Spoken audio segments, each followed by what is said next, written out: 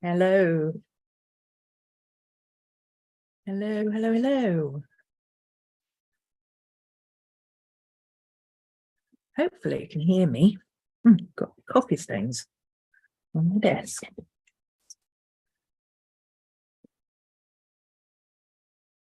Get rid of that. Okay.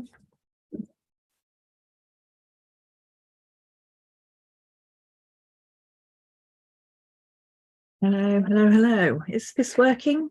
Oops, sorry. I'm bashing the table, which is bashing the camera. Are we? Can you hear me, mother?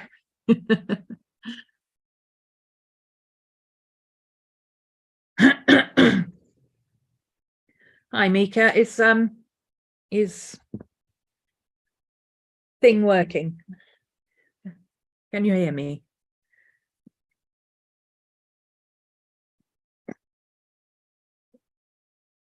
Got wet this morning and now I'm all over the place. All working, marvelous. Hey, Susan. Sorry, I'm a bit froggy. I don't know why.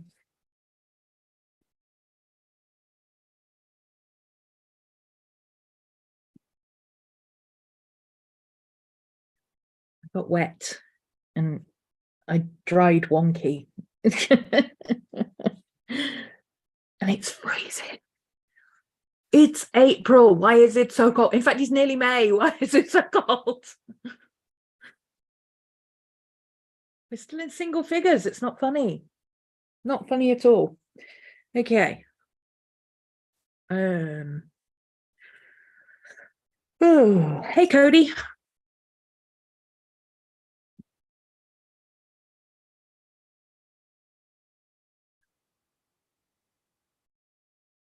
So I'm going to do something a little different today. Instead of starting something that we never finished, I've already started something and we're going to attempt to finish it. We may not get there, but you know, it'll be a change. You'll see the middle of the process instead of the beginning of it. I'm actually trying to work a bit faster. So yesterday, that should be under there to protect that, because it's acrylic gouache and it scratches off quite easily, which is weird. So yesterday I did this guy yesterday morning. Took about 20 minutes to sketch him and about the same to paint him. So it's definitely under an hour altogether. And I've just done the same with this today. So this is also under an hour. More time on the sketching on this one because those flowers are tricky. And also I did another page in my little sketchbook here. Again, acrylic wash, minimal sketch, lots of painting. So the reason for this is I'm trying to get back into painting as a base layer. I'm also really into acrylic wash at the moment. So that's really good for working in a sketchbook because it's nice and dry. It dries really fast. It's giving me some practice at doing acrylic again. It's just really, I'm enjoying it. I'm enjoying the process. And I wanted to be able to get some sketchy, painterly, rough bits down first that kind of look good from a distance. Like if you squint, that raven looks kind of finished if you squint. He's got a few little bits need tweaking, like his highlights are a bit too big on his chest and things like that. But overall, if you squint at him, the tonal value is there. Same with these. If you squint at them, the tonal value is there, but they're not finished yet. So that's what I've been trying to do. I'm also working with a very limited color palette, as you can probably tell, which is not like me at all. I don't normally do that. So I'm really just playing and experimenting and trying to figure out how I want to paint. I think that's the thing. I've spent so long working in altered books doing paintings that are complete finished works of art, but they're on a page that goes across the page like this, and there's a big seam down the middle. So to do anything with that picture takes forever digitally editing it. And I'm like, why am I spending all this time doing really detailed, lengthy processes like that owl I've been working on forever in my sketchbook, when I could do those on outside my sketchbook? And my answer was, because I want to practice painting, and I like to practice in my sketchbook because that's where I feel comfortable. That's what my sketchbook is for. Therefore, let's speed up the process. Let's see if we can speed up the sketching process in our sketchbook so that this becomes a template maybe for a piece that we can do outside our sketchbooks in a lot more detail. Kind of like mega thumbnailing, I guess. But I'm also, I like to finish things. If I get this far, I like to finish.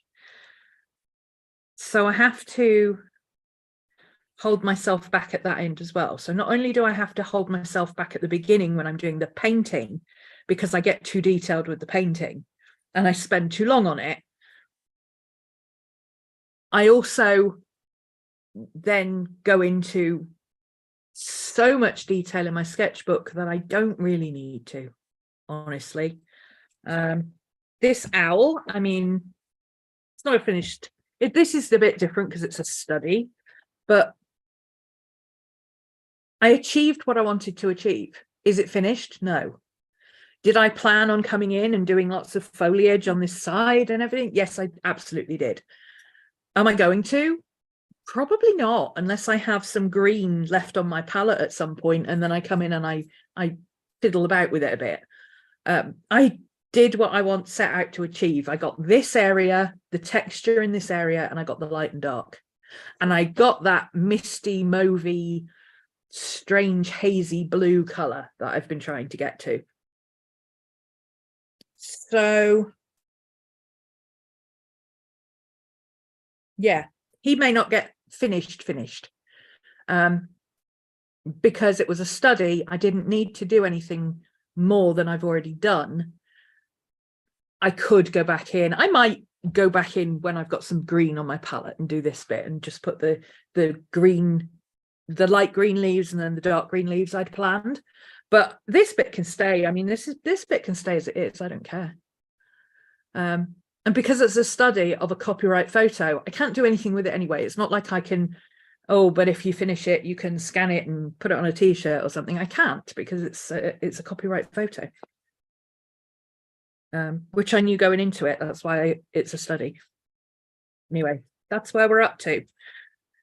So that's what's on today, is we're going to have a play with these and see if we can get them to a point where I can say that they're not, not that they're finished pieces, but that I'm done with them for as much as I need to do in my sketchbook.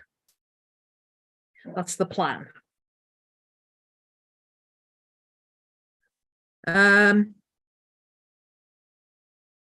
Small note before we begin. So this is about Motivation Mondays.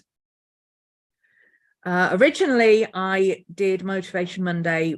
I did it as a mini class because I wasn't sure how I wanted to do it going forward, or even if I wanted to do it going forward. And I also did it as part of YouTube memberships. Well, YouTube memberships complicated pretty much everything I do. It complicated the way I have my setup. So I've decided to ditch that idea. I'm not going to do the YouTube memberships. I might relook at YouTube memberships another time for something completely different, but in terms of doing a class type structure, no, it's not working. So what I'm going to do instead, for those who are already patrons or on Coffee, I'm going to add Motivation Monday to the top tier. So currently the Rockin' Ravens tier, which is the highest tier you can have, is the complete When Frogs Sing for this year, which is everything I do on Patreon, basically.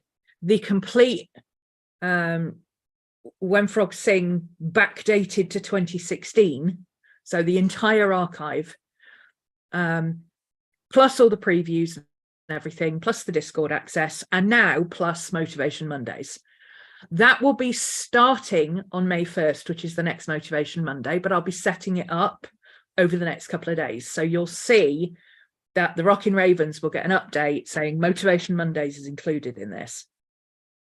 I'm going to do the same on coffee, so it will be included in the top tier on coffee as well. Now, setting it up as a standalone for those who purchase my Patreon content, some people purchase it a year in advance, all in one go, and that's because that's how we started doing it way back. That will be an option as an add-on. I can't do it on coffee. I can only do it through the shop on coffee. I can't do it as a standalone tier that doesn't have access to anything else. So I'm going to have to do it through Patreon. So on Patreon, there will be an additional tier. It will be between the Bookish Bats and the When Frogs Sing tier. So if you're in the lower tiers, you can upgrade just to that tier to get that.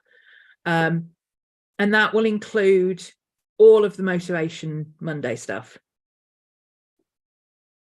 No, if you're already a patron, you upgrade to Rockin' Ravens. If you're not a patron, so if you purchased your class as a whole year in advance, then you can join the Motivation Monday tier on its own on Patreon, and you will only get the additional Motivation Mondays. I hope that makes sense. I am also looking into an option to have a subscription through PayPal or Stripe, which I can do now. That could be a weekly or a monthly setup individually for existing students and patrons who are already in the class and just want to do Motivation Monday and sign up on a monthly basis or a weekly basis, or whatever. That usual context there, talk to Katie. Katie will fix you. The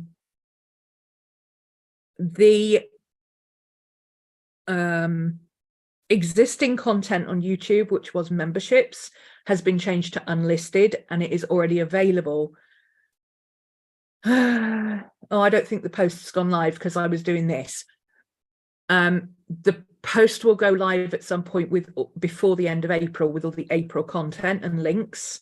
So if you sign up to the Motivation Monday tier for May to do May 1st's class, you will also have the back archive of April,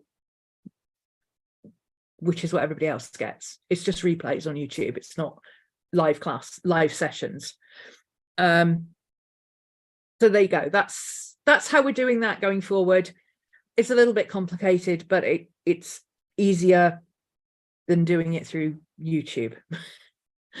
Sorry, YouTube, but if I'd done my Patreon tiers through YouTube, it would be easy to do it. But it causes problems with access and uploads and downloads and everything else. So yeah. So if you're interested in joining, keep an eye out on Patreon for the links, or if you're on Coffee or you're a yearly student, then keep an eye out on Trello because I will post it there. Hopefully I'm going to try and set up a standard subscription that you can just click the button and subscribe through PayPal or Stripe, because I should be able to do that. But who knows? We'll have to give it a try and see what happens. I don't know. Literally don't know until I do these things, because sometimes, like Patreon, for instance, you can't put a coffee link on Patreon. You can put a Patreon link on Coffee, but you can't put a coffee link on Patreon because they're competing. Anyway, they don't make it easy. They really don't. So there you go.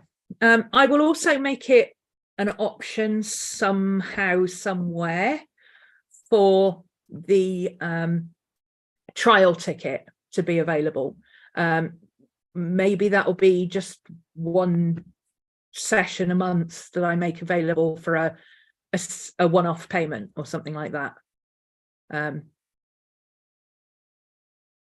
might be the easiest way to do it. I can probably do that through the coffee shop, because you'll be able to just, you know, pay for one session, see if it's for you, and if it's not, that's fine. If it is, then you can pick what payment method you want to sign up to. There we go. Should we do some painting? Let's do some painting. Hey Jane, what's everybody up to today? What are you working on? Now I've done my spiel, you should be ready to get started. Maddie, settle please. Good girl.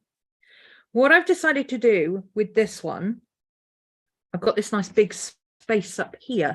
So I think I'm just going to write down the color palette that I used. Oh, there's my pencil case sitting looking at me. Here we go. Where's my pen? You'll do.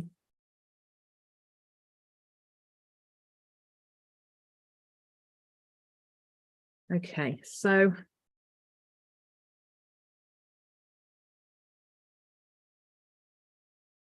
limited palette. That's not how you spell palette. Holbein acrylic gouache.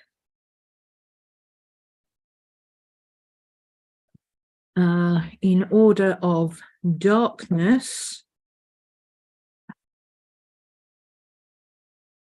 Maddie, stop, please.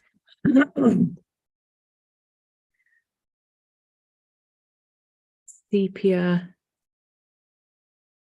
violet,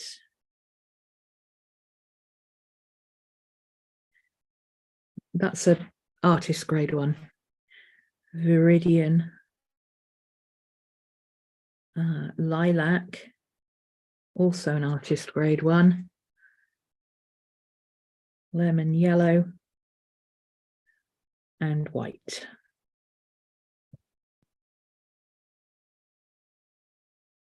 This is also a bit of an experiment in excuse me. Oh God, this camera. Stop moving.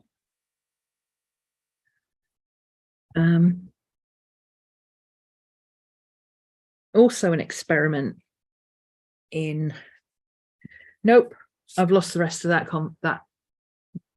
don't know where that sentence was going. It was an experiment in something else as well. Oh, painting black flowers in different colors. I'm going to twist the camera that way. My book is actually at an angle on my desk, but I'm just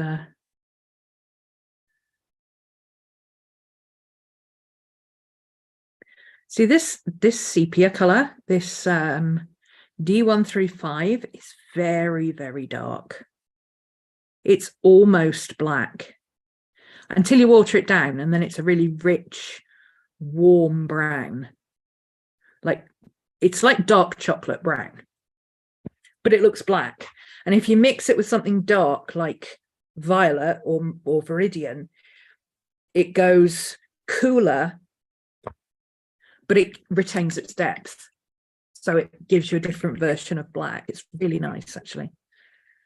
Okay, so violet, these are the student grade ones. That's why they're smaller tubes. I wanted the bright colors, and I also wanted to get a decent range of colors. So I bought the 18 set of student acrylic, the school set it's called. I bought the 18 set from Jackson's.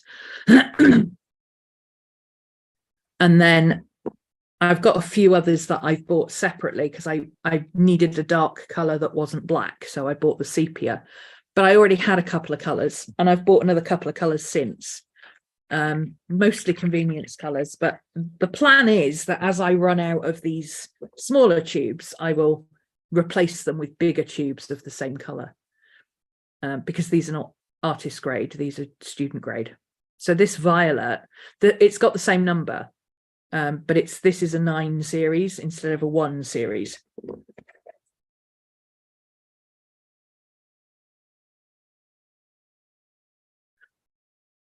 I'm going to turn my mic off a second. I need to cough hard. Give me a second.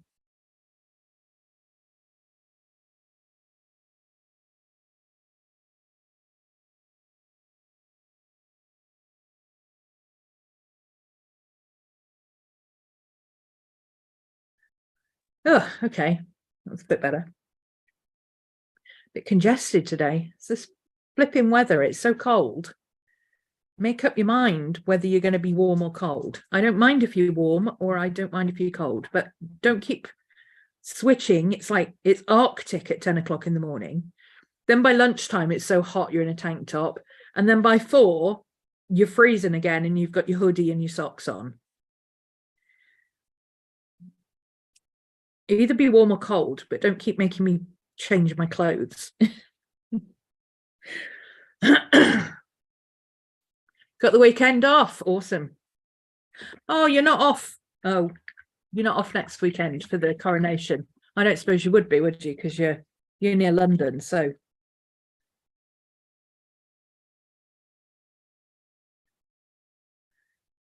Ugh. Ugh. This one keeps sticking and I don't know why. Oh, it could be because there's gunge in the threads.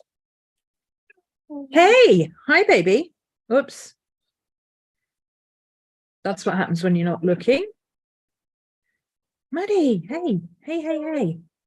Hey, hey, hey, hey, hey, hey. Miss Maddie.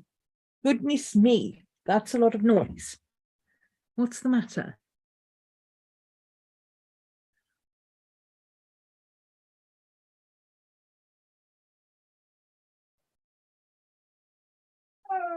I know. I know. I can hear you.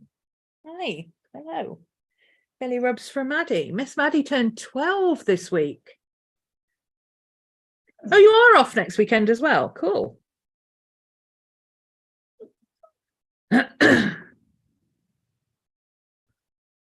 Maddie. Stop. Oh, I think she wants to go out. Because of course she does. Oh, huff at me like you're a teenager. Okay. These student grade ones, especially in the lighter colors, are not as opaque. You can see it doesn't want to cover this green.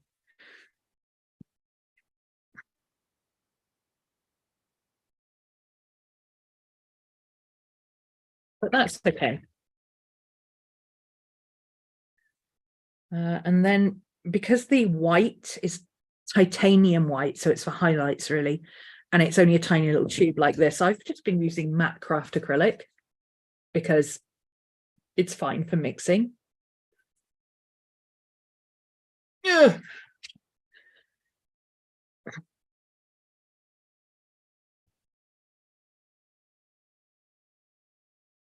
I think it would have to be craft acrylic. You'd have to have, or the paper artsy white would work as well because it's a chalk acrylic. But you can't use any kind of glossy, plasticky acrylic with acrylic wash because guess what? It doesn't dry. It doesn't dry at all. But this cheap craft acrylic, I'm using the Americana one from Deco Arts, and that's working fine. As long as you're mixing it, it's fine. But you have a bit of a problem with getting if you put this down and then you put the acrylic wash over the top, it'll just chip off. It's like cheap nail varnish, it'll come off straight away, but you can definitely mix it with this. I have to go and let Maddie out. Hang on a minute. Every time she just has to be right back.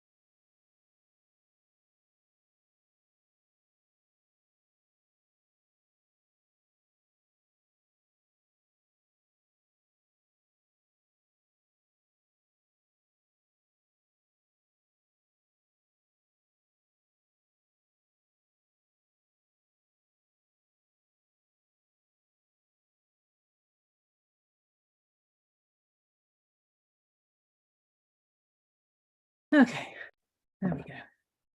I've left the door open for her. It's freezing, but she's decided she wants to sit outside. Sorry, knocking the desk. Stop. There we go. All righty.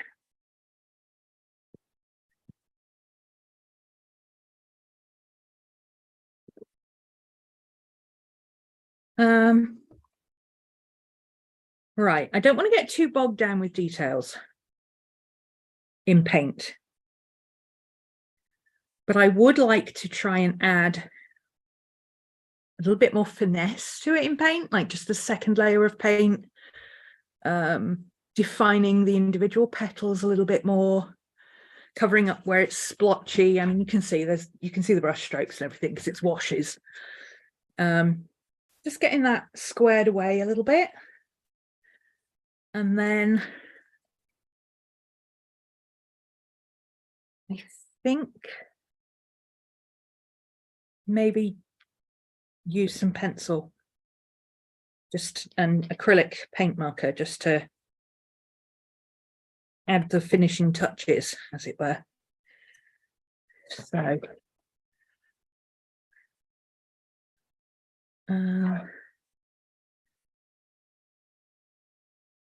I'm working from a couple of photos I found on Pinterest. They're actually from gardening catalogues. Handy references. Oh, can I fit that on and not have it glaring on the screen? Oh, I got the shape of that one quite well. I actually got more of it over here. I drew it onto this page. Didn't come over as far as it should have. Did that quite well. Quite happy with that. So let's see. I need to do these paler areas, and then this has got some rather bright pink in it. I don't know if you can see that, but there's a lot of really vivid color. So I'm thinking do that in violet and then go over it with some pink pencil or some maybe ballpoint pen. Bit of this, bit of that. I'm not sure how ballpoint pen is going to show up on here, to be honest, but there's certainly a few bits I can do. Can I put this so that it won't catch the light? It's going to catch one light or the other, isn't it? So I think the answer to that is no. But they're all on my Pinterest anyway. I'm going to put my reference up there. I'm not copying the reference like a slave. I'm just you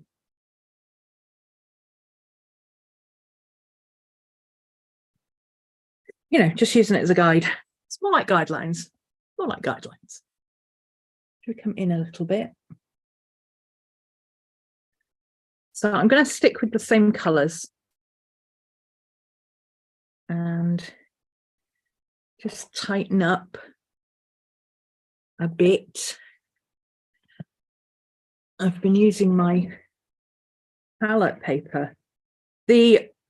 I'm using my Stay Wet palette for oils at the moment, so I can't use it. I mean, I could make a makeshift one, but what's the point?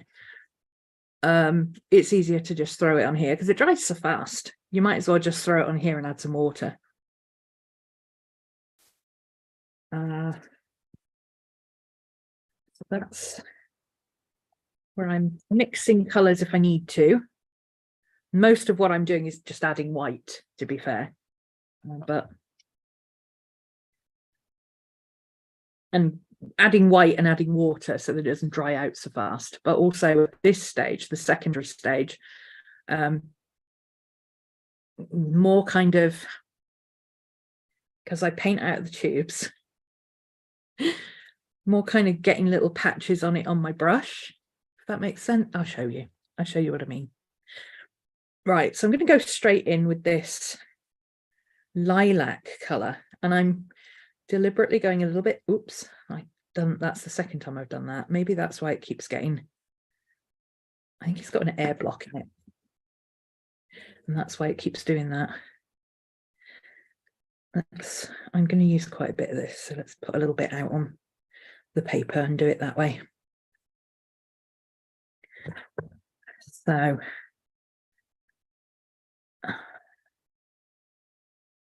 alrighty, I don't want to get too crazy with it, but I do need to define where some of these petals are.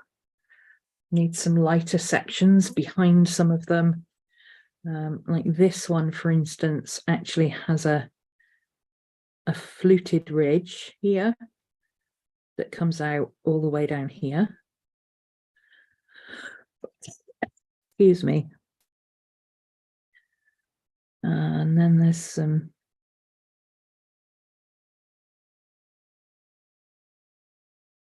lighter areas, taking full advantage of the fact that acrylic dry brush is really fast because it dries on your brush really fast as well. Keep a water spray by you if you're going to put this out on a palette, because otherwise you're going to be fighting it all the way. So we've got some fluting on this one as well.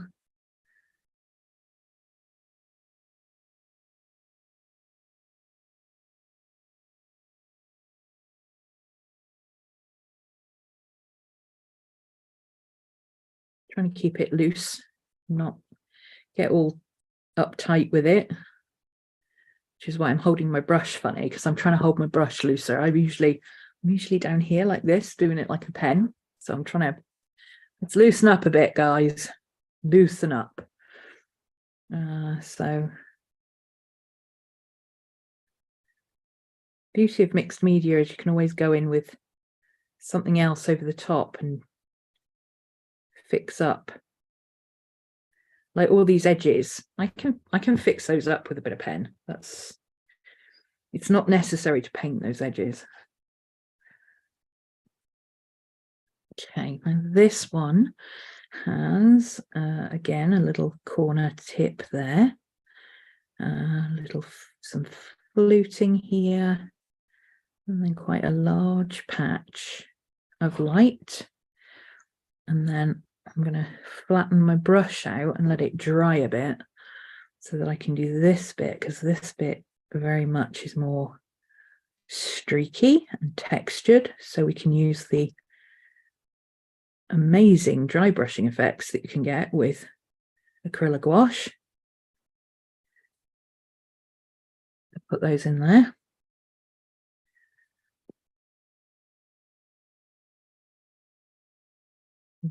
Some more fluting.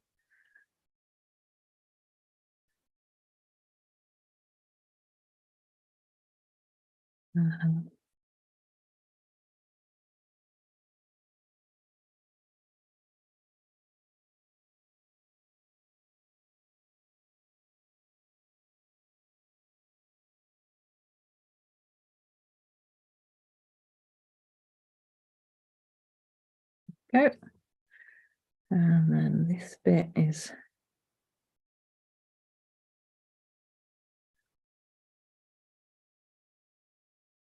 more of a ridge pattern on the back, and it's not really light colored, but it's lighter in consideration of what's around it. So I'm doing it light colored. This one, I'm going to have to modify this one. So the petal should have gone way out there a bit more, but I'm just going to bend it in a bit more. There we go.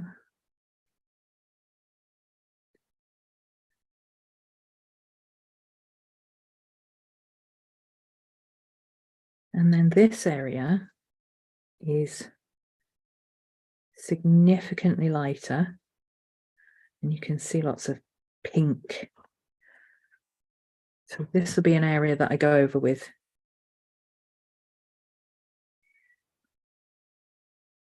probably some pink pencil.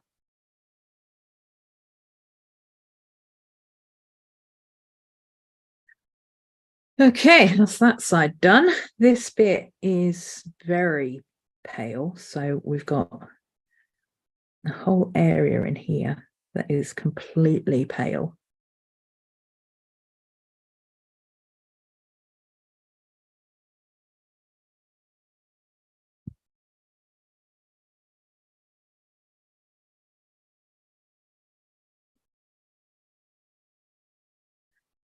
And then got a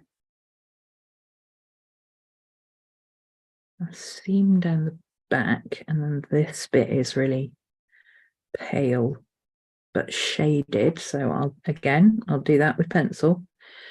Let's just get the underlayer on first.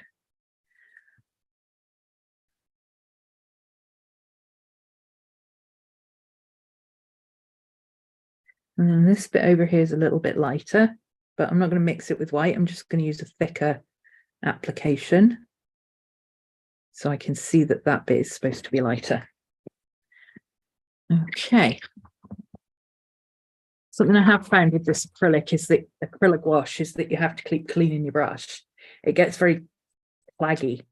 I don't know if you know that term, but it's the same feeling on your brush as you get from peanut butter in your mouth. Claggy. That kind of feeling, but on your brush. Oh, only the UK people are going to know what I'm talking about here. Oh, okay, let's get this side in. It's a little bit more white there. Put that in there. A couple of little bits along here. Trying not to get too detailed. Don't get too detailed. Just do the thing. Okay, there's a big whiter patch here. So let's put it in with a wetter brush here. Goes up there like that.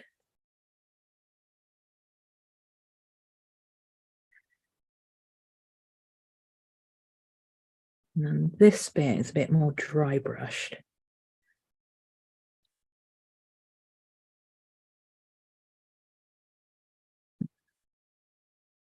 A very defined shape along there.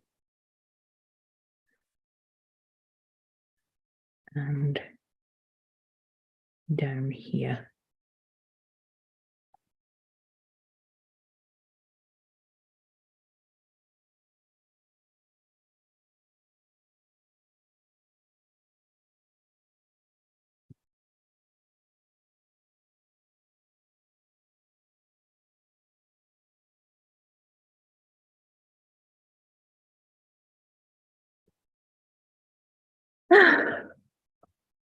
Sticky. Yes, a bit of sticky residue that doesn't want to leave. That's exactly what claggy means. Yes. See, my peanut butter analogy worked.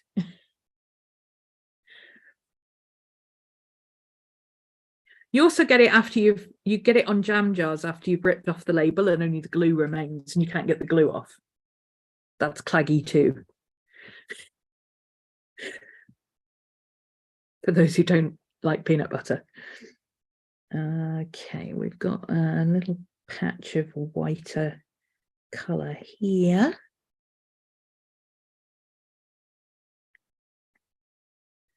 So the first layers I put down here were actually just not wash exactly. Well, the green is definitely wash, you can see, but very watered down.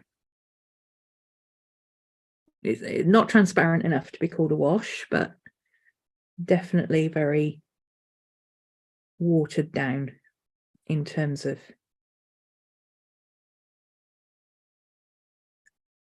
opacity.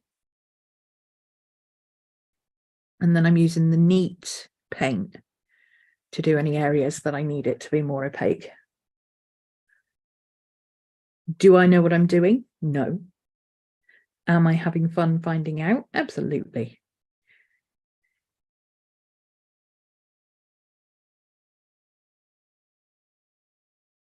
Again, there's patches down here that aren't really, they aren't really purple, they're more pink.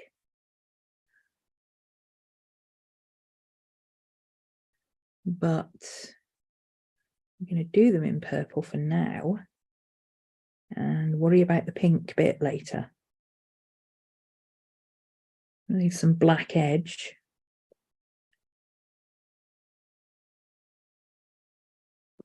And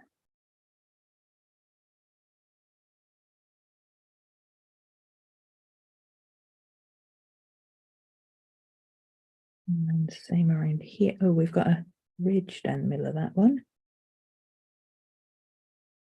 Same across here.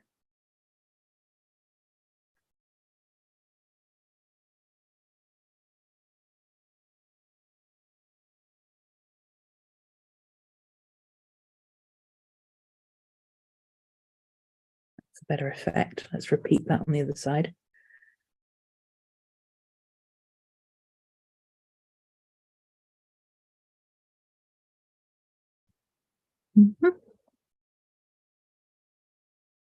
And then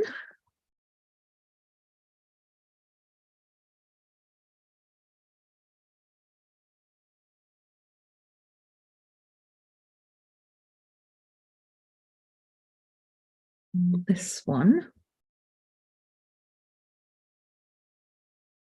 So what am I looking at here? I've got a bit here that's in the front. That is a peculiar shape. So I'm going to patch that in with the lighter colour, and we can come back and put some details in dark later.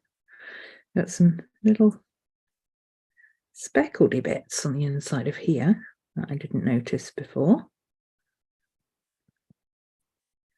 And then this one is coming up here.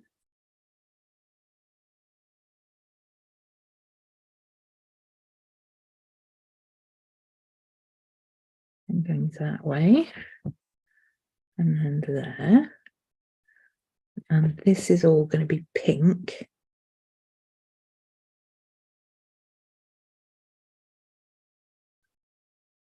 This is all kind of speckly.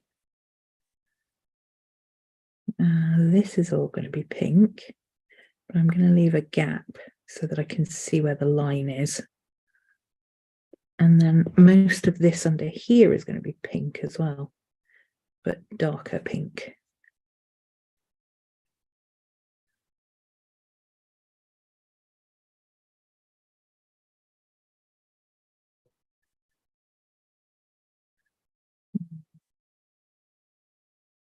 You got the ridge running down the back there. Okay. Not bad. Not bad at all. I'm pretty happy with that. So let's let that dry.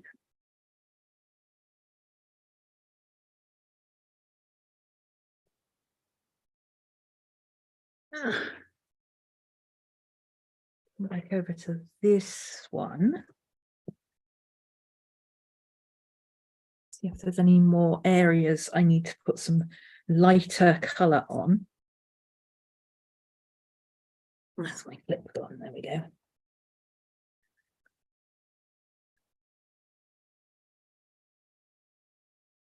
My cloth, there it is. Now I've ended up with one too many clips. I don't know how that happened.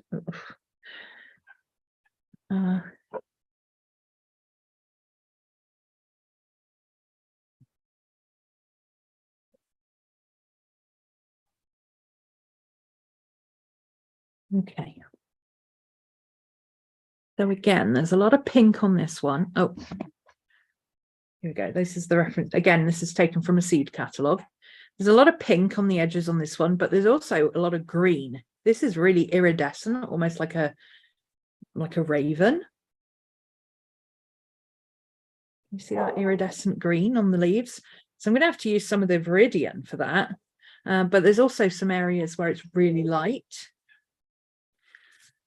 So those are the areas I want to concentrate on while I've got this lilac on my palette, and just to tighten up those highlights a little bit. It's getting home time, so all the dogs are barking, which means Maddie's outside going, "What are we barking about?"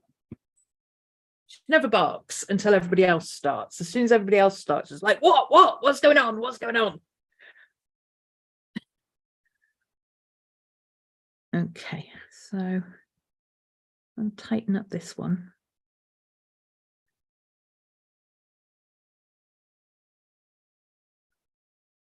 Because this is a much lighter one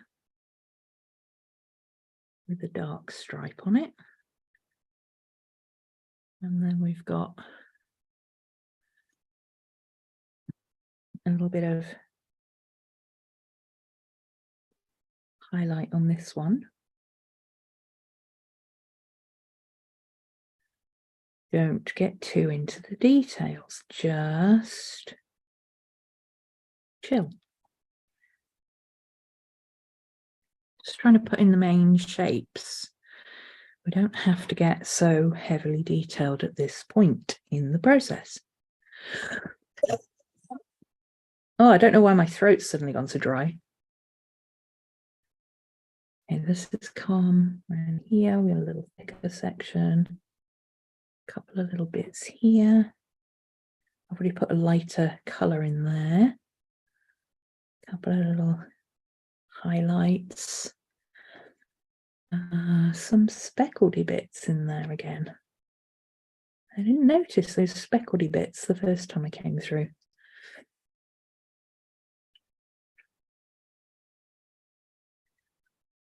The more I'm doing pieces like this, the more I'm feeling like I understand why people who paint loosely want to work on big canvases. I don't know if that sounds weird, but I just feel like if you can move your whole arm, it feels like you're painting looser. Whereas if you like this, it's very hard to be loose and expressive. Am I going to paint big canvases this year? Who knows? We're only in April. Currently, I'm at the let's actually do some painting again stage.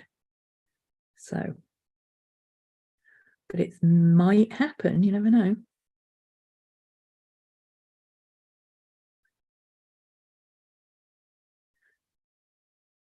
I am actually working on a couple of commissions, well, 3 commissions actually, for someone who is having her 3 dogs painted. That's a lot of fun, especially since it's someone I know. So being able to get it's not just some random dog off the internet, it's a dog that I know the personality of this dog. So that's really fun.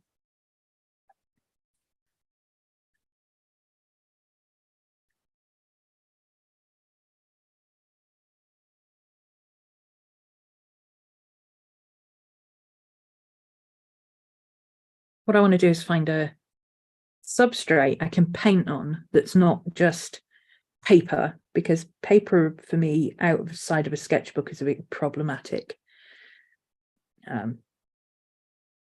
for all sorts of reasons.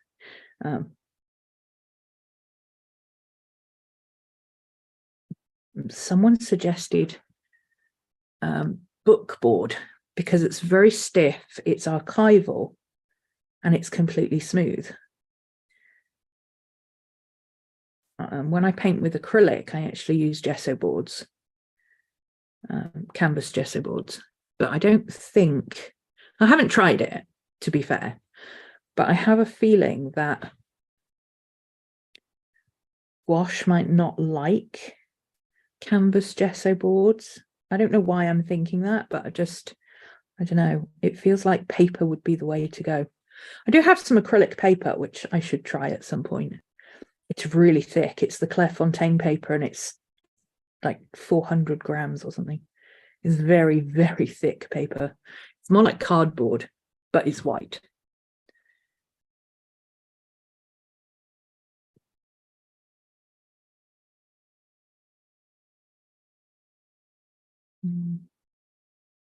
Okay, we've got some frilly bits up here. Some light bits here, and then I've got to put that green in there. I don't quite know how I'm going to get that petrol green, because technically it's the colour that I've used for the background. So we'll see. Might have to introduce another colour.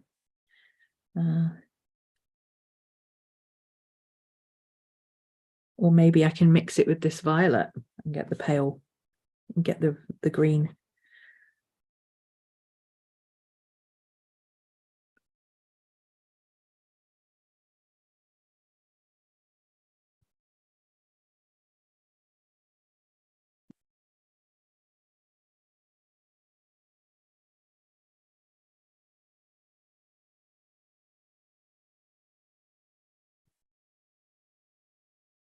Okay. This one's very much the same as the one above because it's in almost exactly the same position. So that's nice and easy.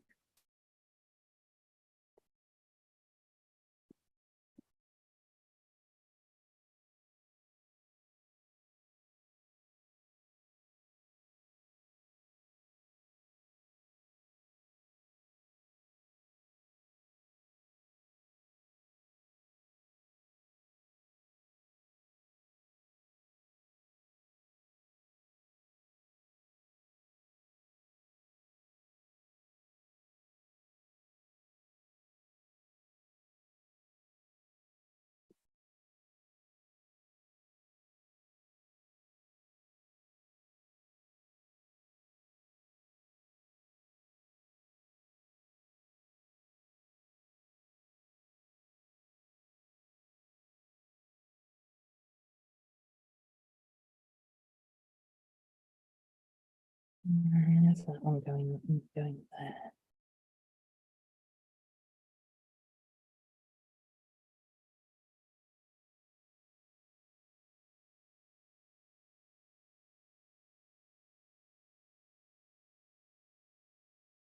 There we go. That's why it looked weird.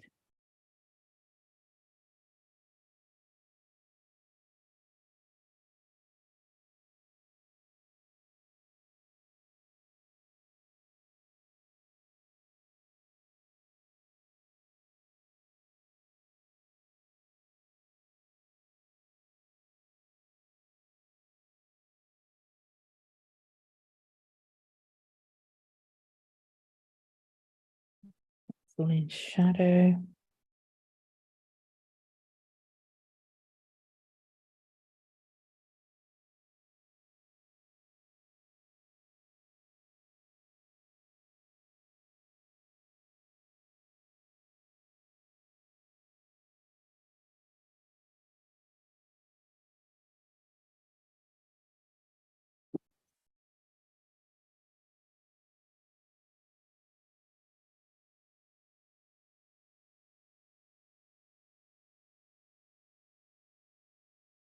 Can I do this one? No.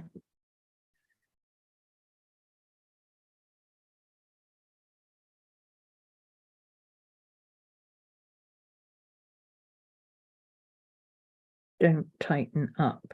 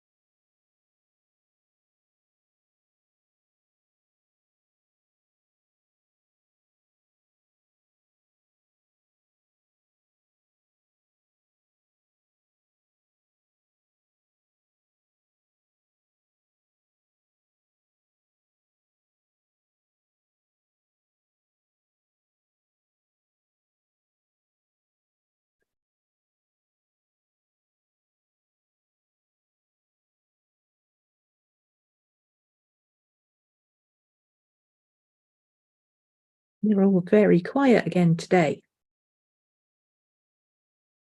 What are you working on?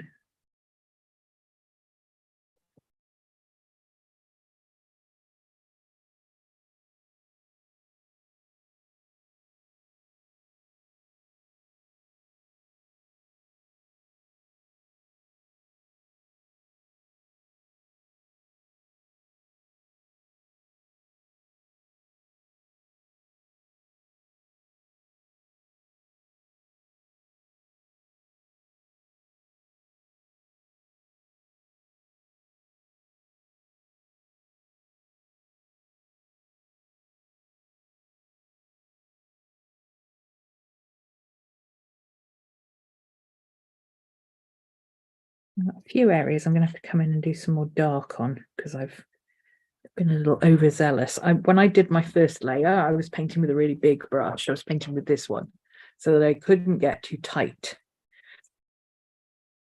Obviously with this layer, I'm doing a little bit smaller.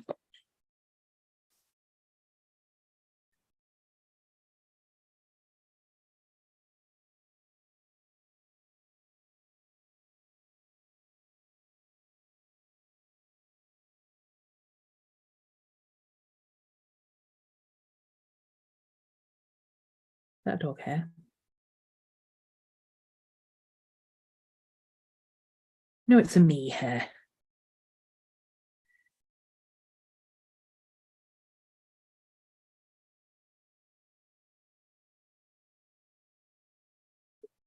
Okay.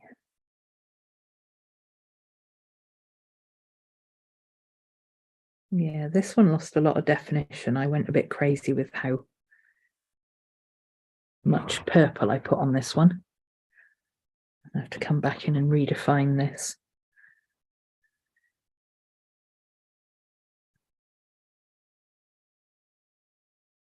Okay. That belongs to that one. That belongs to that one. This one's got a little connecting piece coming across there. And then this bit is on the other side, catching the light. There we go.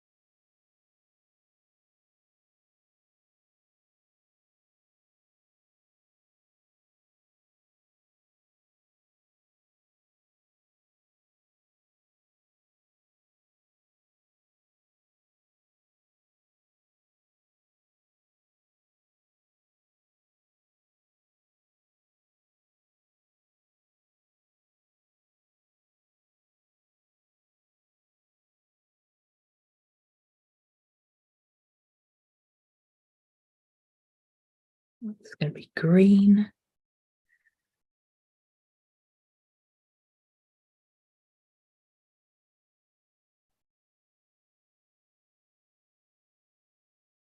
It's going to be pink.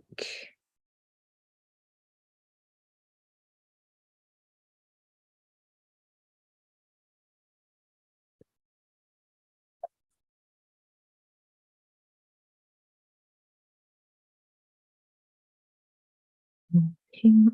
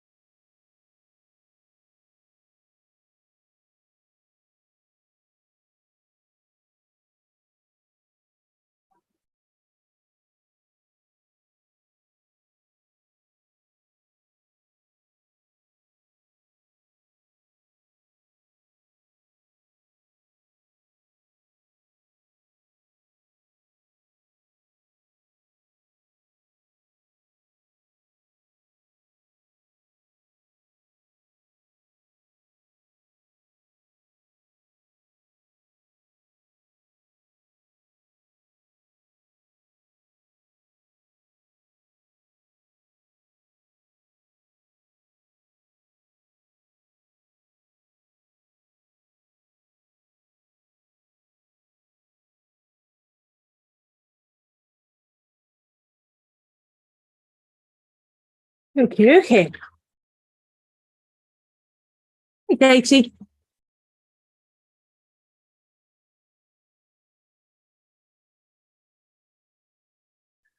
All right. Do I have any areas? I've already done the light patches on my Raven, but let me just see if I have any areas that need to be judged. They do actually. I've got a couple of little bits that I can just use up this bit of paint with. Waste not, want not. I can tidy up his beak here a little bit.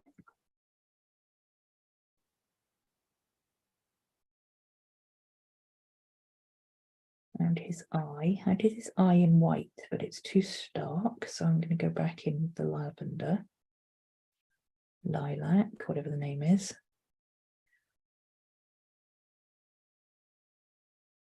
He's also got a very white, shiny bit around his eye there.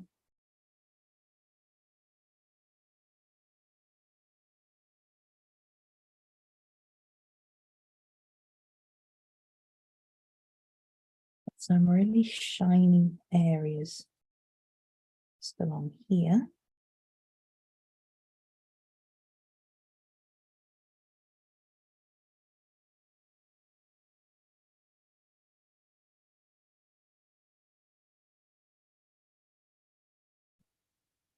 This is a bit like kind of keeping the white of the paper, if you like, by putting in this very bright area. I can come in and work around it with darker colours.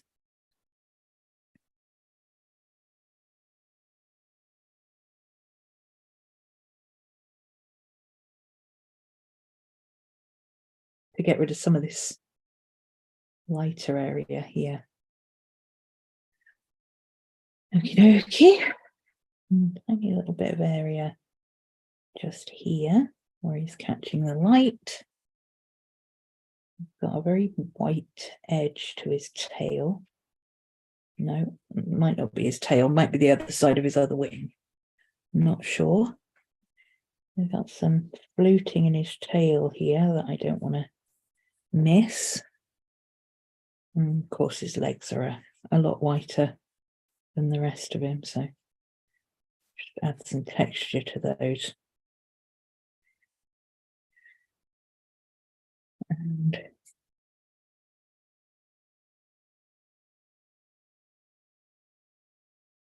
there we go.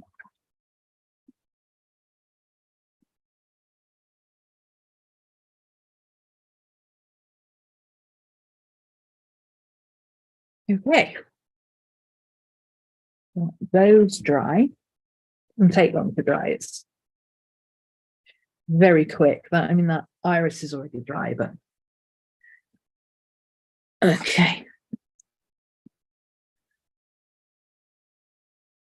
Back to this one.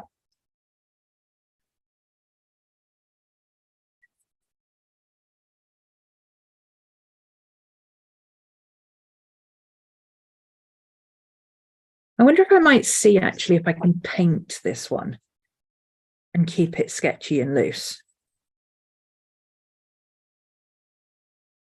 Sure. Why not? Let's see.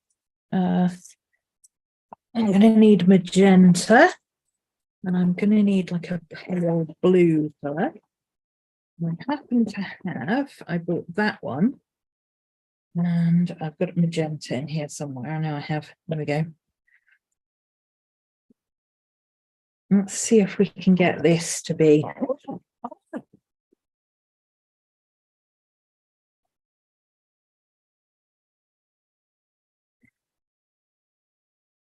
This is my experiment one, so thank you. I like the colours on this too. So I'm going to add the colours on this one. So these are extra colours that I'm adding to this one. This one I bought because this is the ash blue D158. The what's it called? Artesa gouache. has a colour called Stone Blue that is not a million miles away from this. This is a little bit darker, but throw in a bit of white and you'd never know the difference. So that's that one. And I'm going to need a little bit of white because it is a tiny bit too. Oh, I wonder if I can mix it with what's left of that. What happens if we mix it with what's left of that purple? That should make it a little bit lighter and creamier, and also mix it to the colour palette.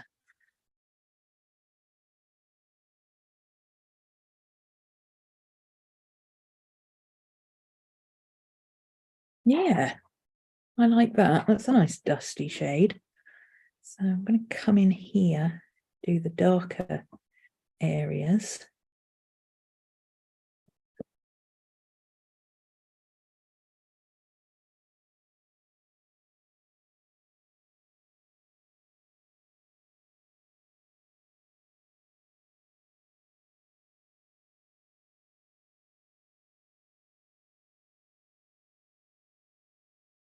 Mostly on these bits, so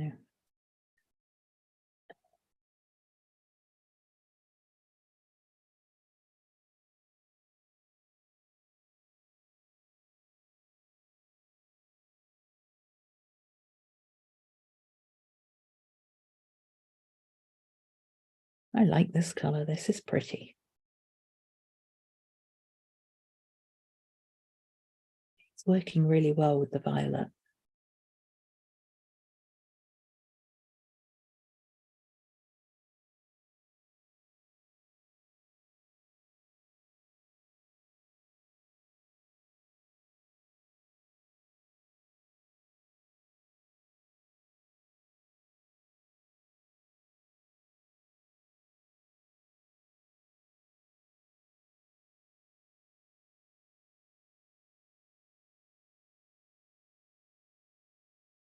Could have maybe done with it being a little bit more powdery blue, but I like this effect, so I'm not gonna complain. A powdery blue would have been closer to the photo reference, let's put it that way. But actually, I like this less gaudy blue.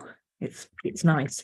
I think it's going to work well with the magenta in a second. It's going to really make the magenta pop because it's such a cool color. This is all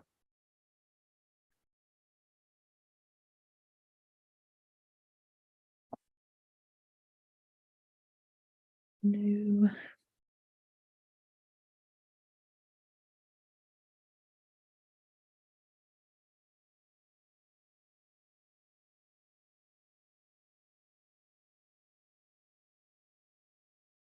It's almost like the magenta turns blue in the shade.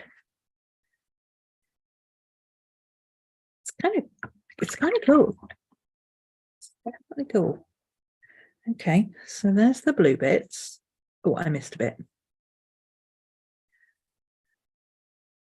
I also left the lid off my paint.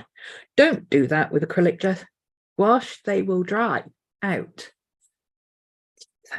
And they're bloody expensive. Okay. There we go.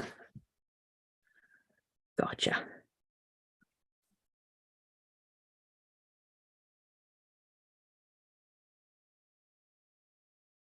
Yeah, now let's see if we can do this magenta.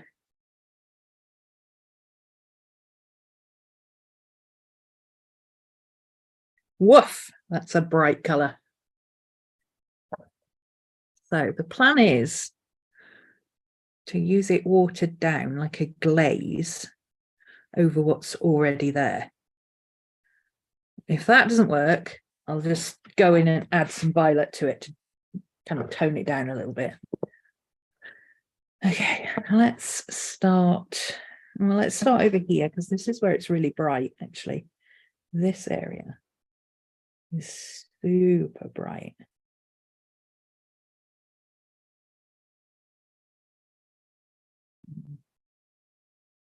A funny angle. There we go.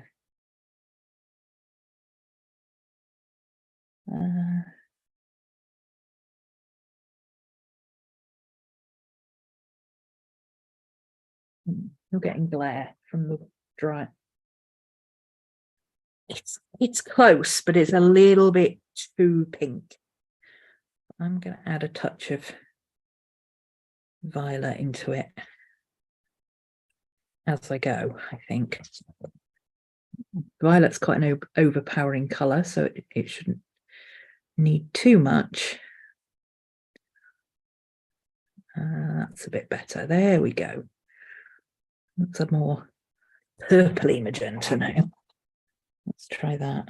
Oh, there we go. That's the colour I want.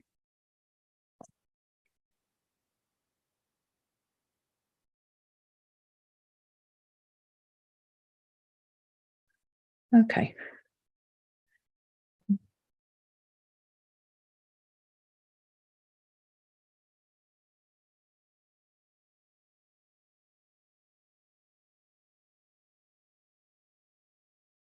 A little bit more magenta on this edge where it's lighter.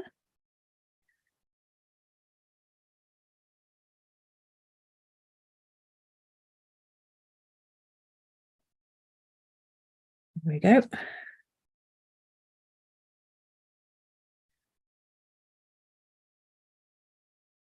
Down here we've got quite a dark section, and then a lighter pinker section here. Still leaving that dark edge in there.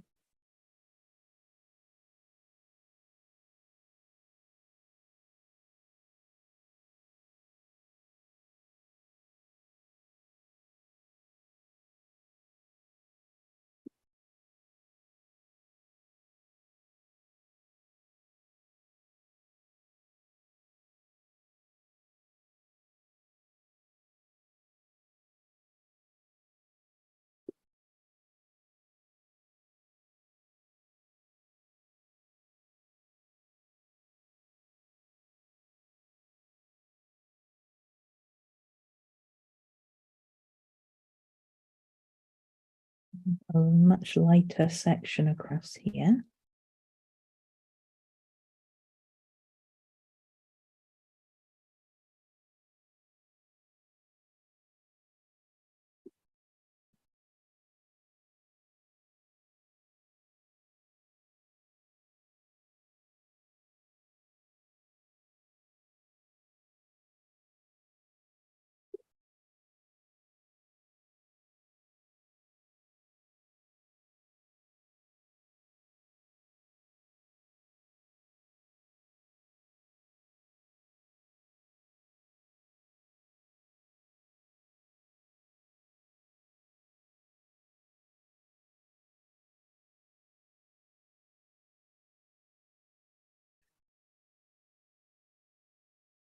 Need to keep the texture on this edge, because this one is really catching the light and you can really see where the texture is.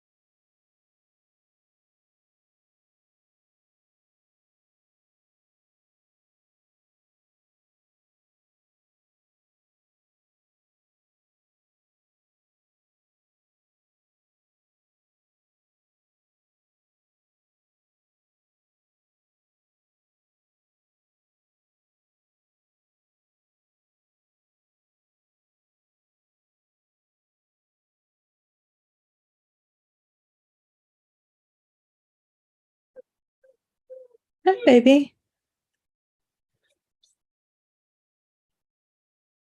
Miss Maddie, why are we crying now? Huh? Hi there.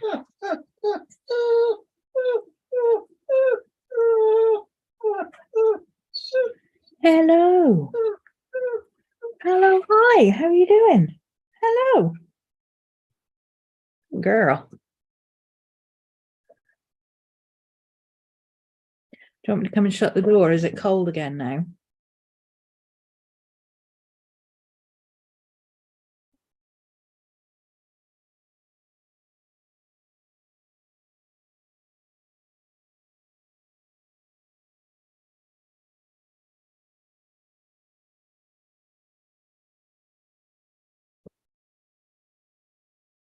Don't tighten up. Stay loose.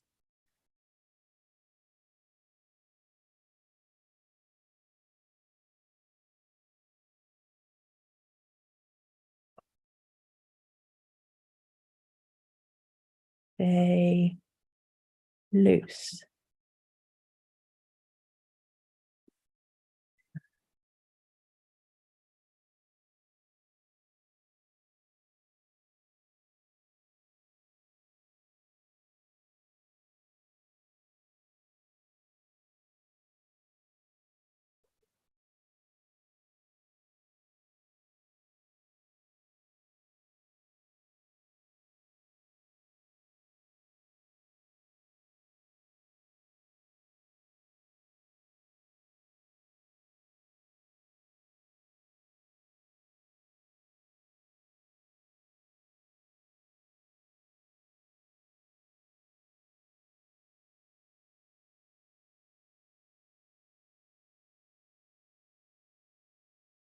Maddie.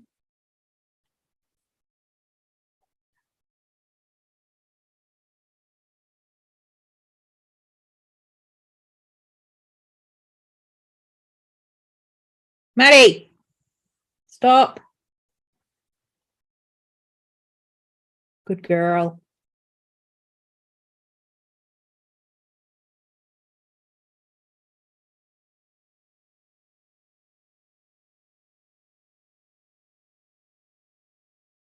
Oh, a bit more purple in that one.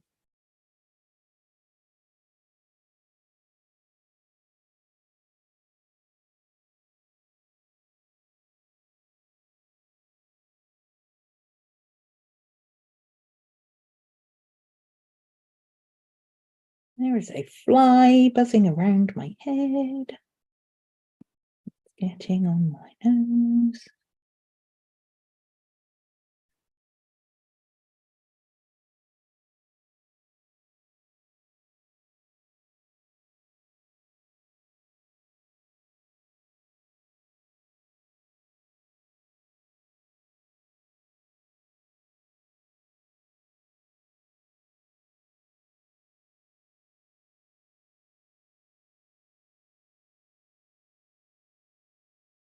Okay.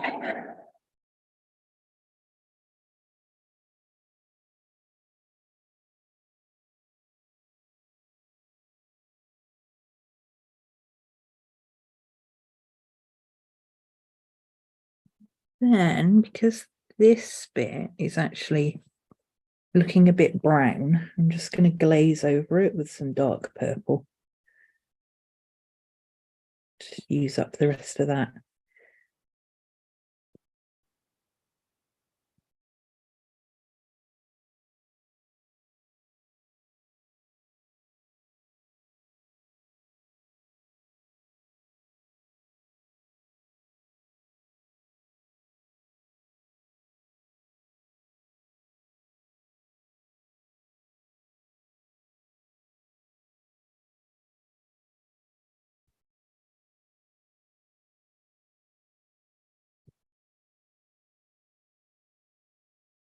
No, just a tiny bit more. Come on.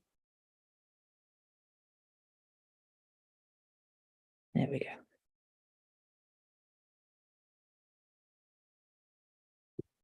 Might have to do that with this pencil, but I think we've managed to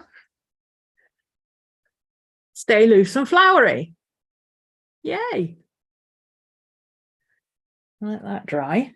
Oh, actually that just needs a little bit more of that dark color just in there.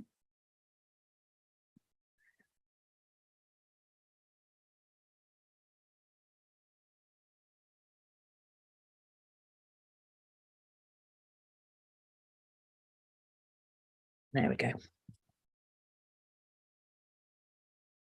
Okay.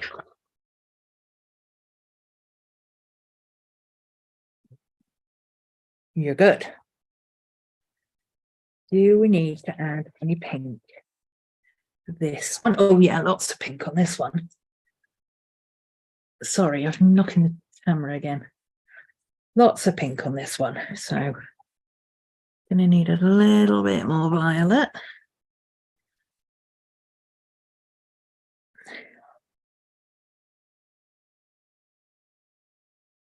Just to tone the pink.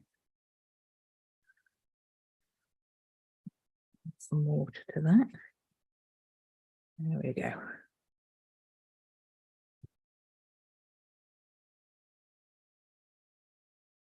Oops. Note to self, make sure you know which way your spray is facing before you actually press the button. Oh, the amount of times I have it the wrong way around when I spray it. Hey, lots of bright on this one. That's not bright enough. Where's the pink? Watered it down a bit too much.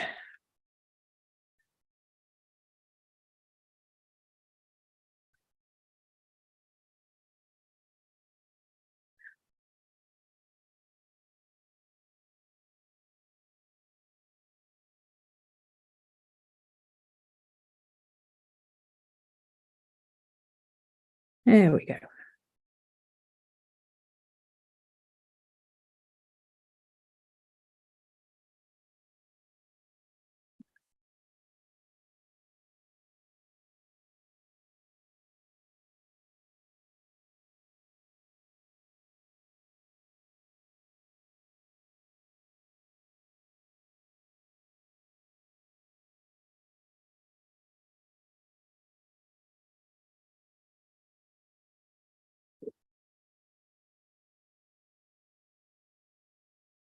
I'm very into painting these dark Gothic flowers at the moment. Real flowers, but dark and Gothic. So there might be a whole series of these. Maddie, babe, come on.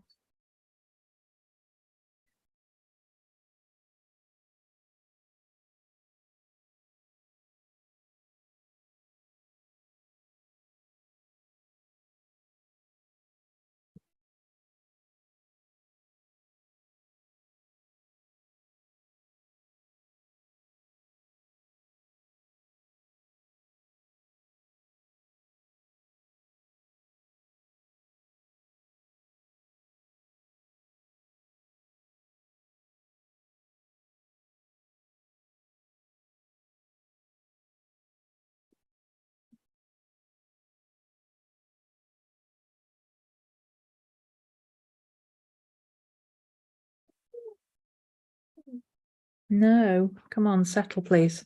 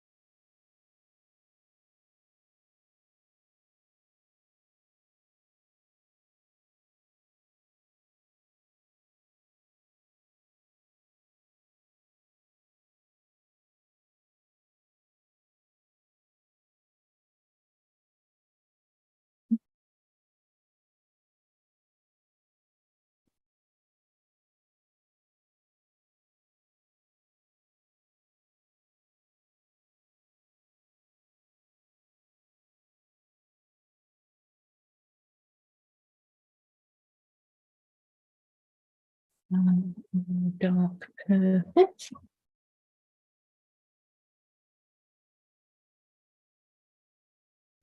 I'm not answering any questions or anything in chat because there is no chat. I am seeing no chat. I don't know if that's because nobody's chatting or because my connection is messed up. Either is possible, but yeah, that's why I'm not talking, because I've got nothing to talk about really. And chat is quiet.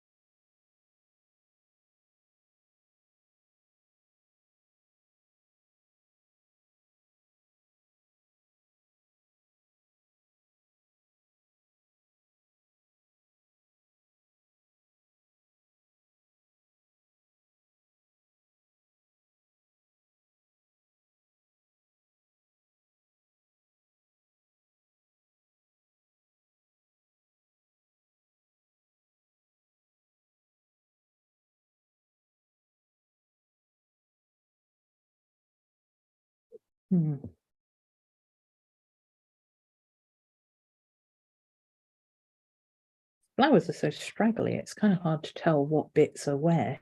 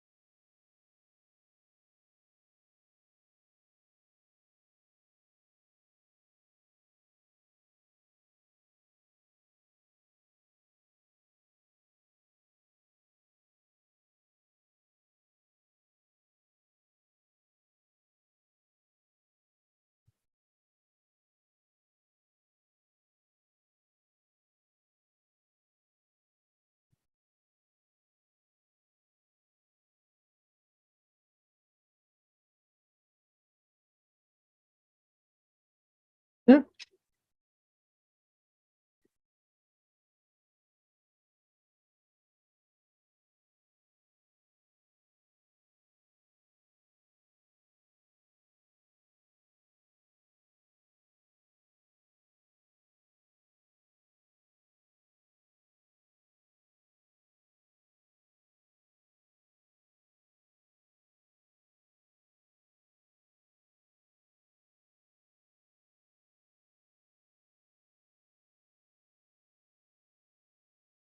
Okay. Mini Motivation Monday. It is a bit, isn't it?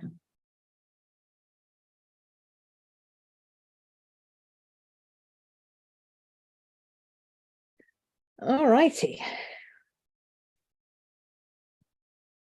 Now, I don't think I need to add any pink to my bird.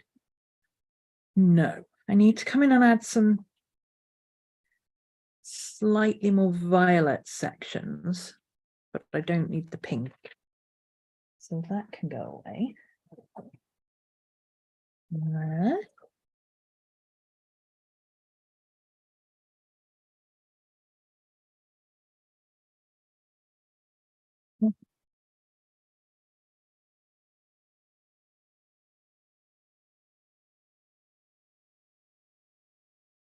Okay. It's got a couple of little bits of areas where I need to put this violet back in. I covered it over a little bit, not overzealously, but I used a big brush to put the white highlights or the lilac highlights in, and I could have done with doing it with this one. It's got a lot of purpley bits. Back.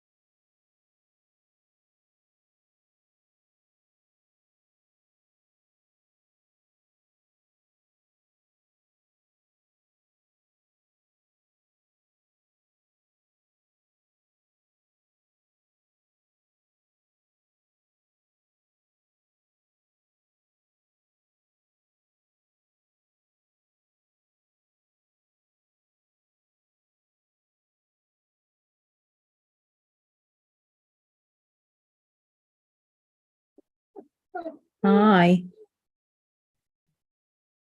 What? Oh, is that right?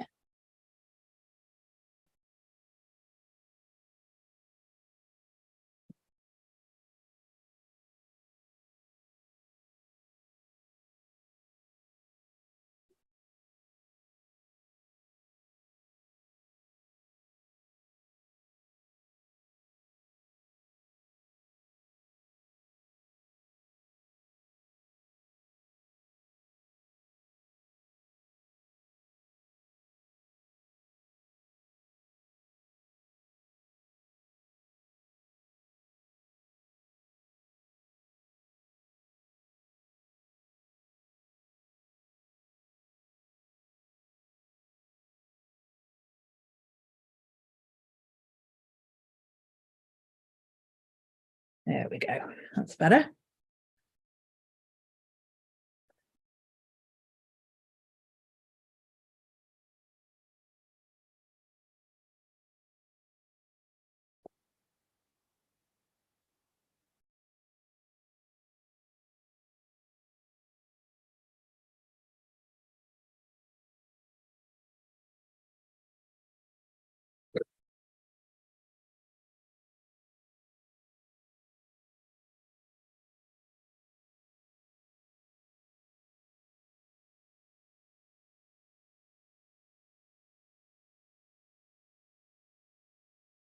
Hey,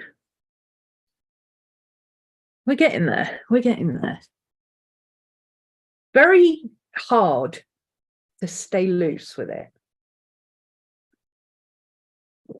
but I'm liking where we're going with it so far.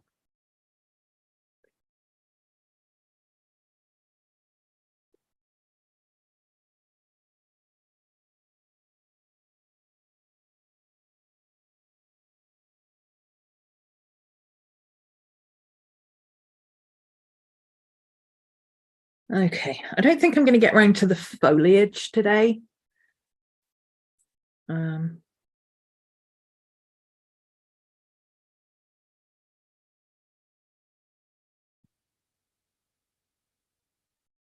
But if I get the flowers done, that'll be pretty cool. I don't think the foliage is going to take that long, to be honest. And I'll probably do a lot of it in pencil, especially on this one. I mean, there's only a stalk and a leaf. There's nothing to it. Okay. So what I need to do is darken up the areas that are currently brown, which are these bits here.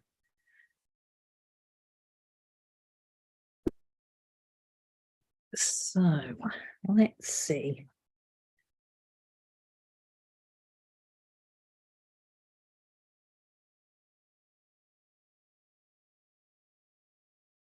No, that's too red.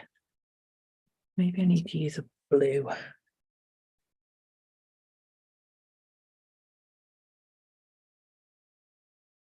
That's a little better. Again, I want to try and keep it loose. I don't want to be colouring for hours. I just want to be able to tone down this brown a bit. It's a little bit too warm. So by putting a blue or a purple over the top, I'm getting a bit more of a, it reads more as black.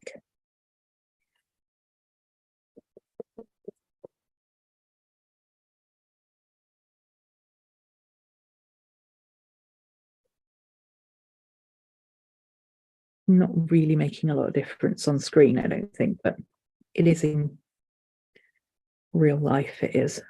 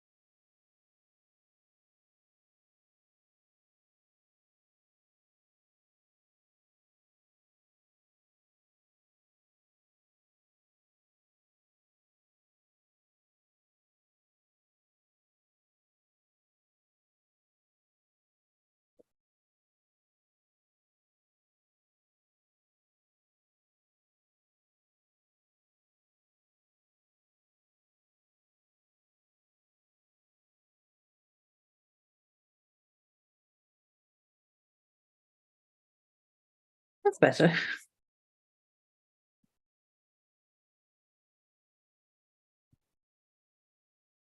Let's see if we can get this.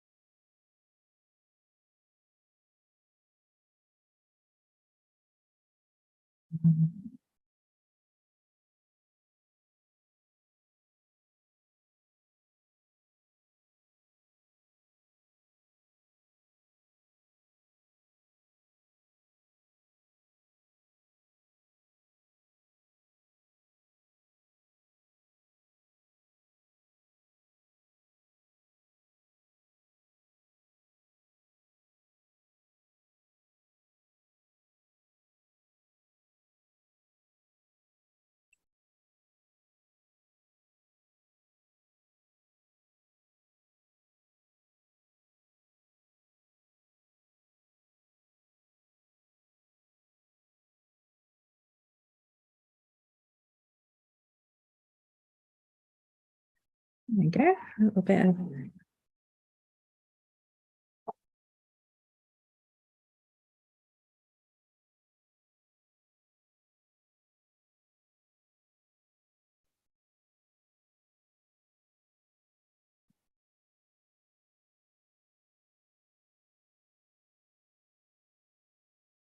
bit of tightening up on the stem. Maddie, stop.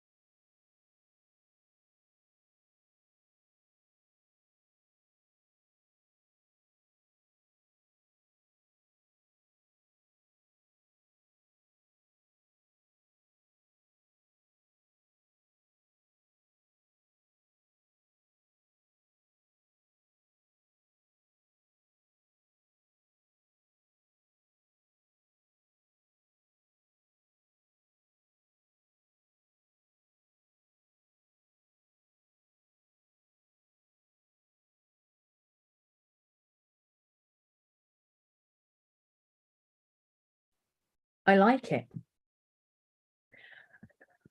I like it. I do think we need a little bit more contrast in that flower. I need to go in with some black. Or could use this really dark green. Let's try that first before we go crazy with black.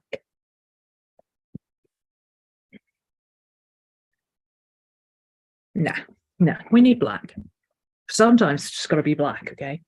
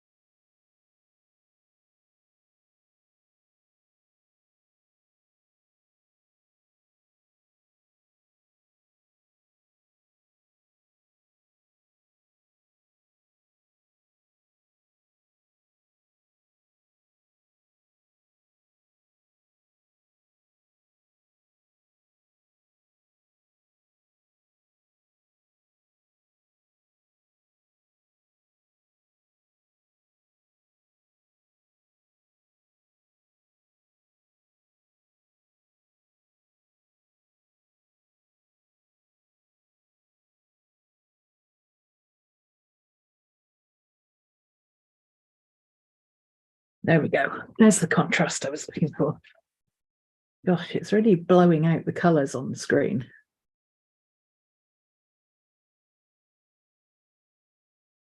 Let's see if I can adjust the white balance.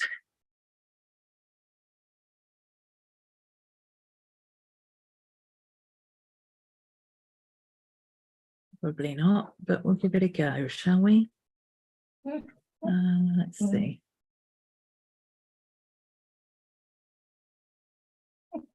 Nope, not it. Maddie, settle, please. Nope, not it. Oh, but it does need brightening a little bit. Also not it.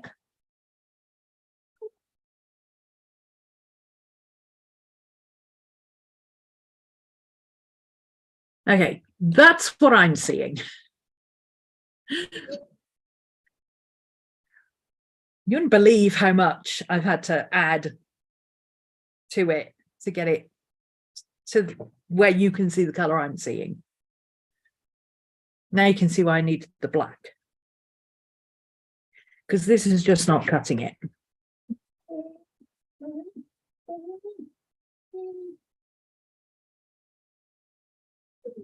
Maddie.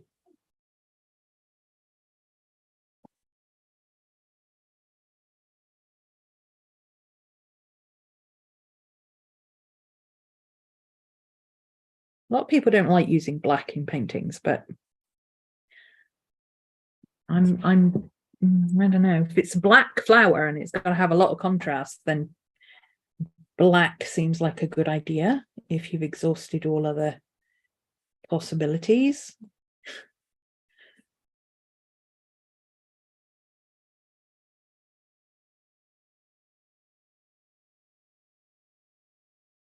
It's also good for getting that streaky effect, which you're going to see in a minute.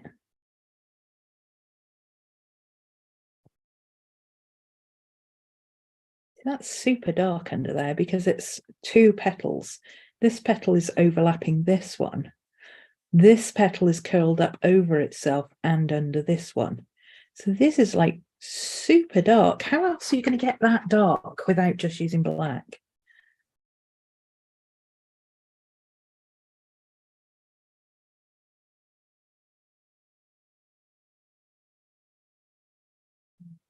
Another area of shadow under here.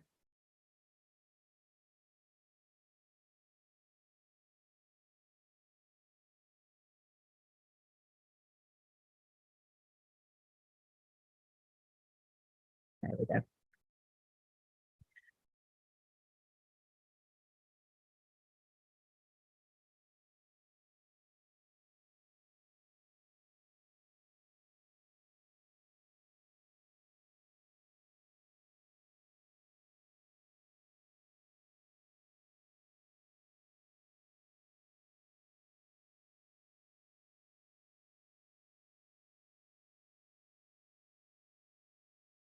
Yes, I could also have done this with paint.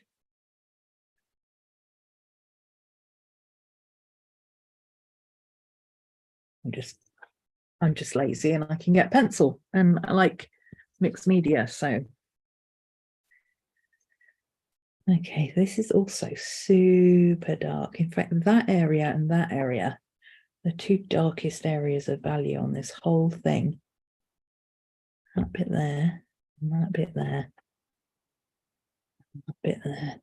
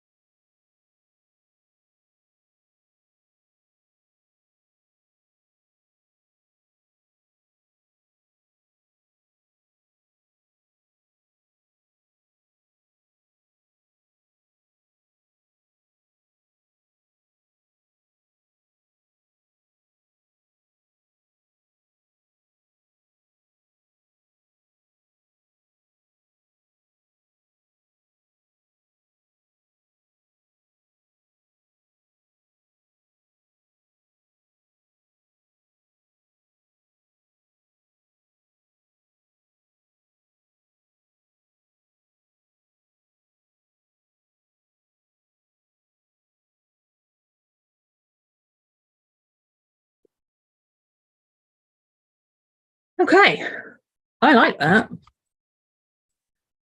That's some. Nope, that's not the right panel. No, some new panels open.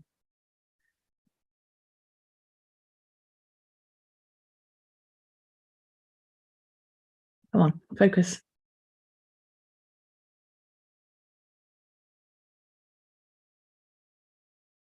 Well, you're not focusing. Oh, there we go. No.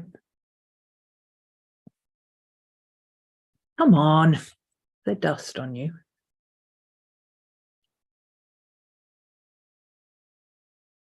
There we go.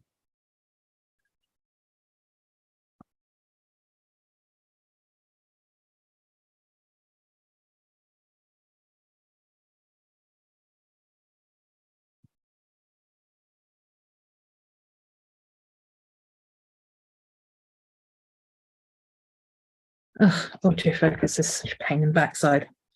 Okay, so we can turn that off now. I do think I want to make this background just a little bit darker, and I think I'm going to do it with this one just to make it a little bit different in tone around this stem, so that the stem stands out a bit more. There you go. See, it's standing forward now. It's not just a flat flower on a green background.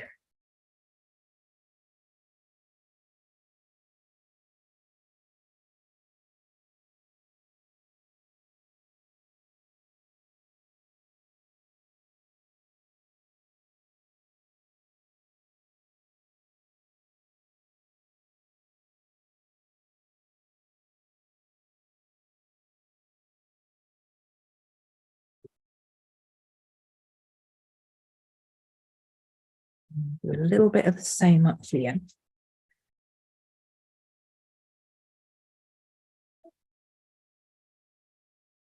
Maddie.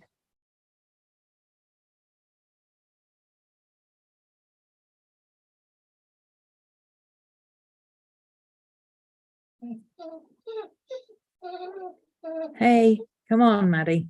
Stop.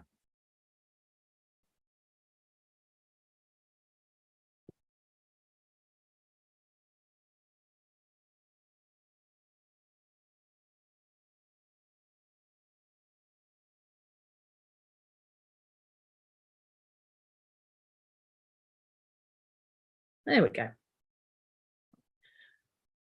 Hey, love bug. Okay, I think we can call that one done. I don't want to do any more to it because I don't want it to get too tight. Maddie, stop. Settle, please.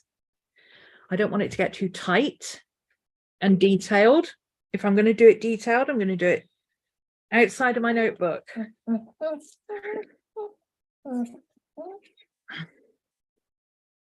Okay, now this one, I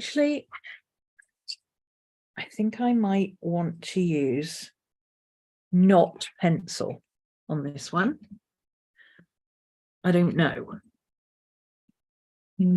Actually, let's start with the bird, because I think the bird is the one that I want to do ballpoint pen on. Let's see how we get on with that first. Because he's got a lot more defined shape, whereas the flowers are, flowers are flowery and floppy and don't really need to be defined. But this guy, he has a lot of definition, especially around his face and his feet. So I'm thinking I want to do ballpoint pen.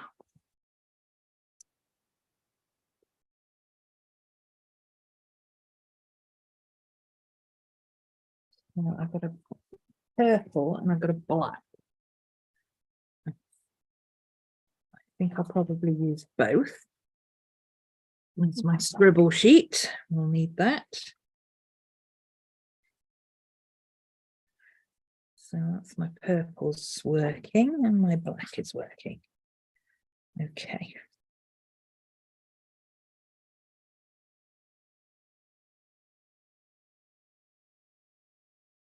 Haven't used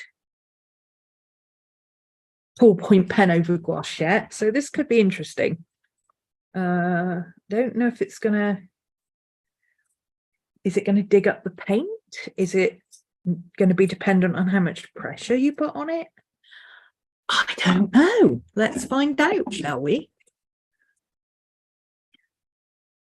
Well, let's take a pic of him, just in case it all goes horribly wrong. At least we've got a, here's what it looked like before I ruined it.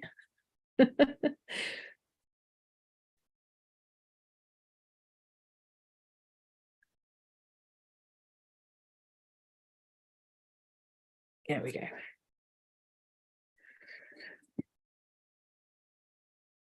This is what sketchbooks is for, people. Playing, experimenting, see what happens. Do I want to use black or do I want to use purple? Let's use purple first. See how we go with that. And then let's try the black afterwards.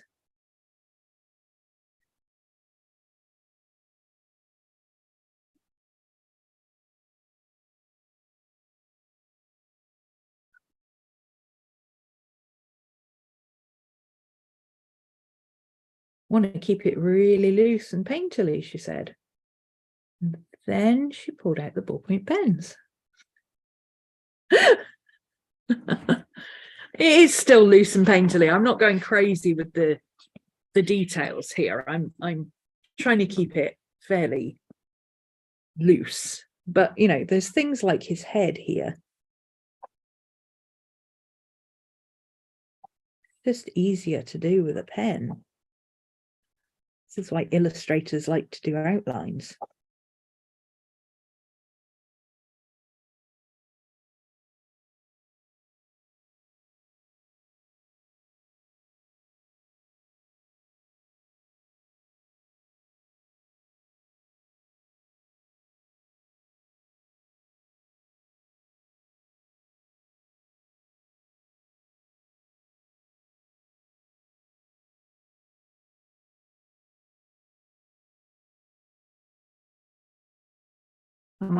Can you still hear me?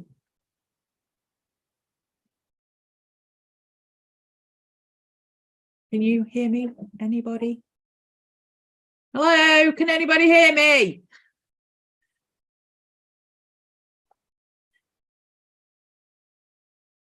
Is this a no?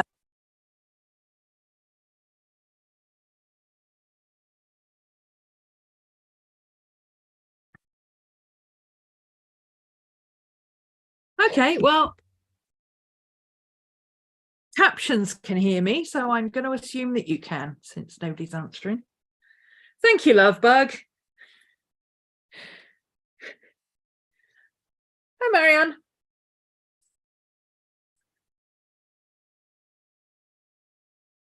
Hi, Emily. Oh, new people in chat today. Hello.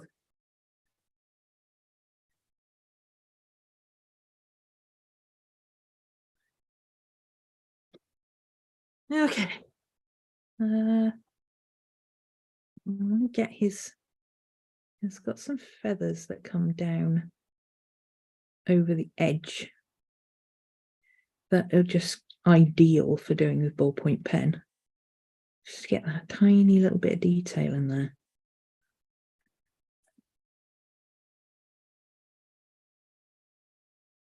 Perfect. Oh, you can't even see it. Hang on. Let me.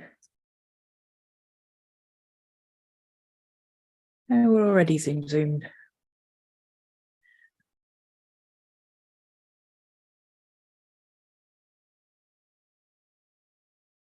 There we go.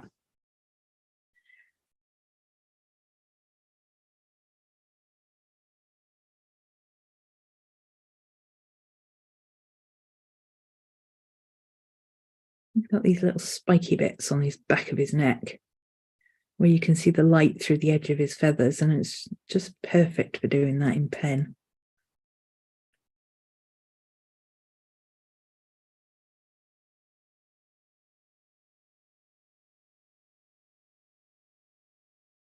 So hard to see. Why is it so difficult?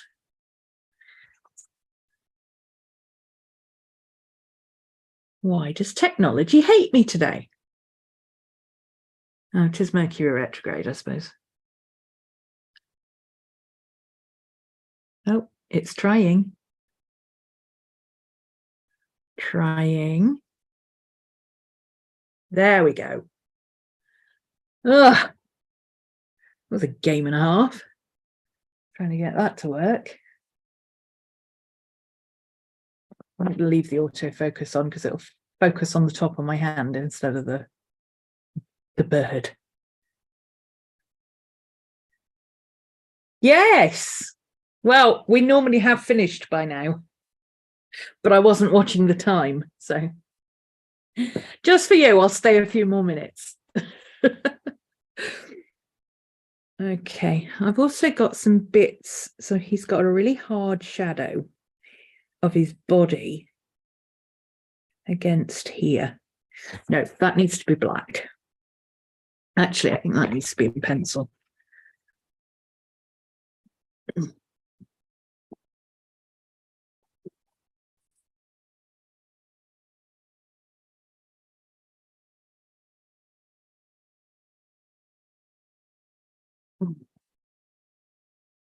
Okay. Yeah, that's better. There we go.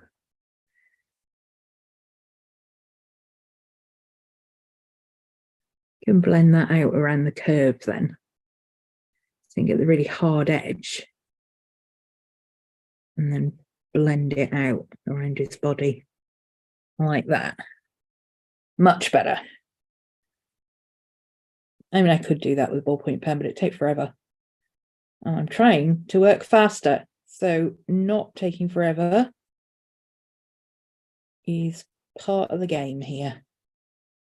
And darken up these feathers under here as well.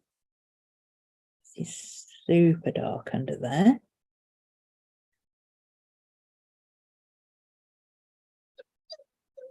Move that down. Maddie, stop. He's basically a ball.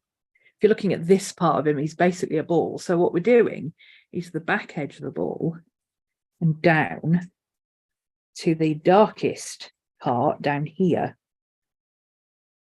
And then just around the perimeter of his feathers, I'm leaving some of the purple because that's reflected light. Make sense? Excellent. I'm going to do the same as I did with the irises. Just go in over that slightly more reddish brown area. Just to darken it up a bit. Get some scraggly bits in under his chin. I've swapped to pencil, as you can see. Don't know. I was using ballpoint pen, and then I don't know. I think I prefer the pencil. I've heard a lot of people say you can't use pencil over acrylic gouache, but as you can see, you can. I think it depends what kind of pencil you're actually using. These are wax-based pencils. These are Prismacolors. I don't think. Well, I don't know. I don't know if Faber-Castell would work. Oil-based pencils would work, but let's get some more definition in around his eye. Now, his eye is a good candidate for ballpoint pen because ballpoint pen is oily. It's going to be a little bit shinier than everything else.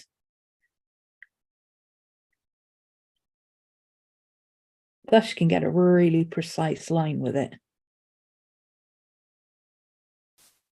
There we go. Now he's got a shiny, iridescent kind of eye. Now that's cool. Yeah. Yeah. Very cool. I'm going to do a little bit of edging on his beak as well. So, because his beak is shiny too.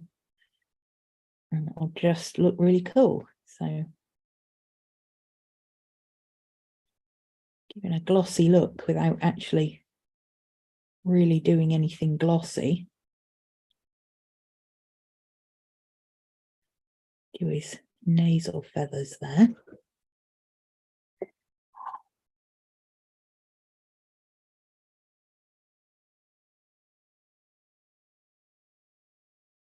Rub those in. There we go. I like it. His beak should be straight underneath. So I've done that a little bit wonky. So let's straighten that up a tiny bit. I mean, I'm not going to be able to straighten it up all the way. It should be there. But I made the top of his beak too curved. But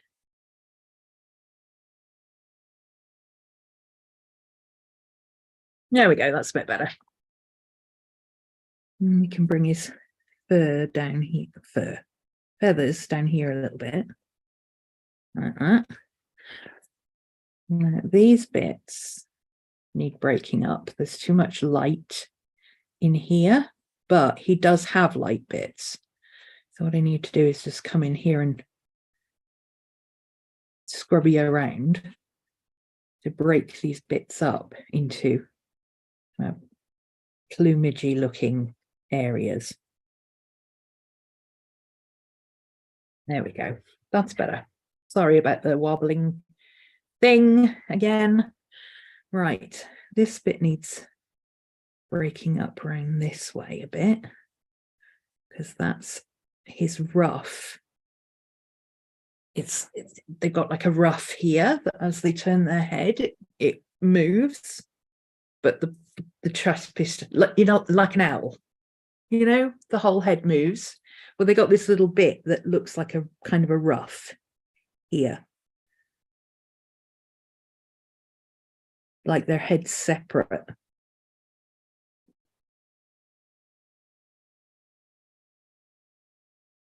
There we go. Hey, Meg. Yep, we're nearly done, yes, but we've got lots done today.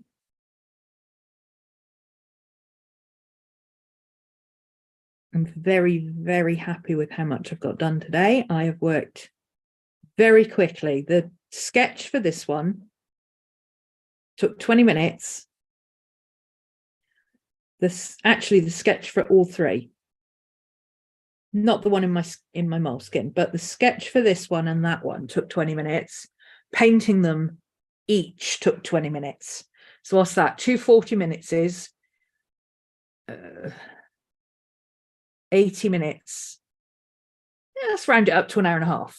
Say an hour and a half for both of these to sketch and paint the first layer. And I also did this one, but I didn't sketch this one. I just painted this one in. I painted this one freehand. I didn't sketch it in first, which is why it's a little bit lopsided and it all leans that way because I didn't sketch it. I just painted it and I was sat at an angle, so it's all and then we've done another, well, taking away the 20 minutes at the beginning when I was nattering about stuff, an hour, let's say 2 hours. So what's that, 3.5 hours for all three of these? And now I can't get my camera to stay up. Would help if I took the paper off this one, wouldn't it? So yeah, 3.5 hours for all three of these. I reckon if I wasn't talking, I could probably finish the pencil on this because I'm nearly done. I've only got to do his wing and his feet are going to be the hardest bit. But everything else is going to be fairly easy.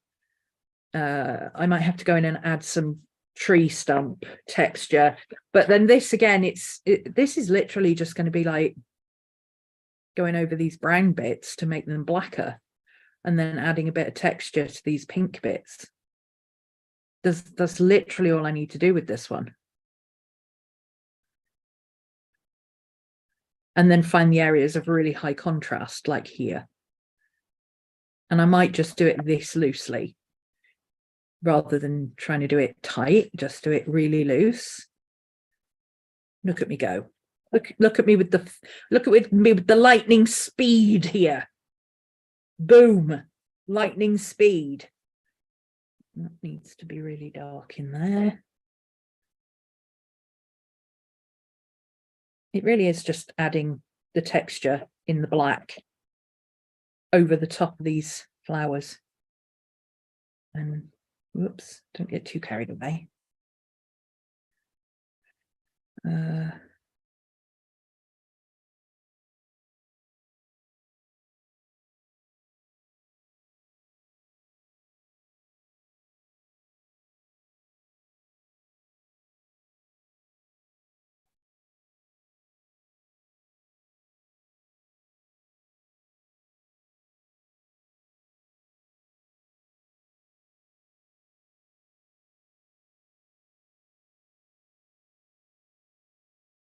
These curly edged bits on the flowers where they're kind of curled up like this. It's the same principle as when you outline text, you put shadow on text. So if the light is coming from this way and the flower is stood up that way, there's going to be a shadow here. And then because this is stood up, there's going to be a shadow here, which is the same as if you do text. If you do block text, you're going to have a shadow here and a shadow here. Nice, easy way to remember it. Of course, if you can't do shadowing on text, that might not be a great way for you to remember it, but and also anywhere where it's overlapping, there's going to be a bit of shadow.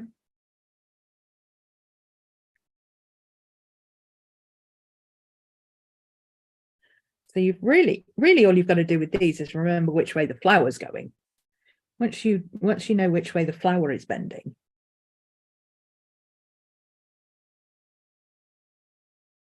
Break this up a bit with a bit of texture.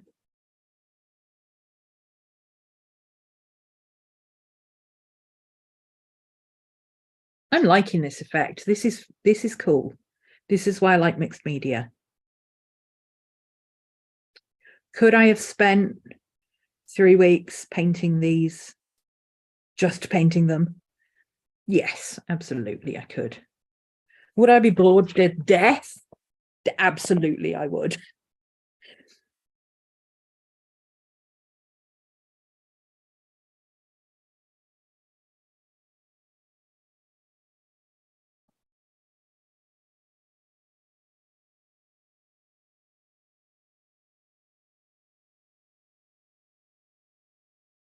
There is also some green on some of this, which I haven't done yet. I'd forgotten about that actually. But again, I think that'd be easier to do in pencil rather than trying to paint it. I think it's going to stand out too much. If it was regular gouache, it would be easy to do because it would be, you could reactivate the gouache underneath and kind of mix it with the layer. But because it's acrylic gouache, I think it's going to be easier to just use pencil. As you can see, pencil works fine over this. I don't know if people who are struggling with pencil, I know I've seen a few people lately say they can't use pencil over acrylic gouache.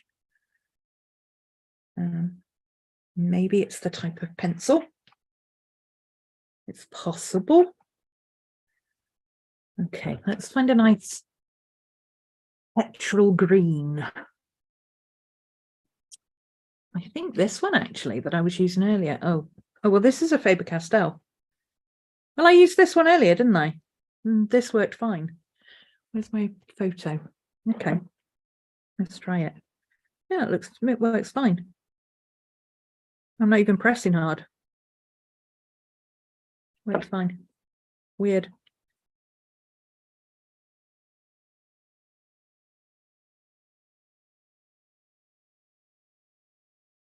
And it's not a difference between the artist grade and the student grade because the brown I used is artist grade. and everything else is student grade, so it's not that.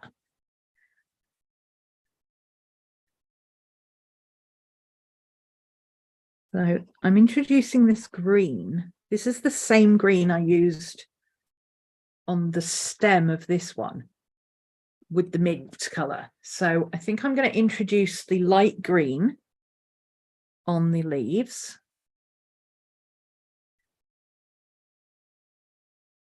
Like that.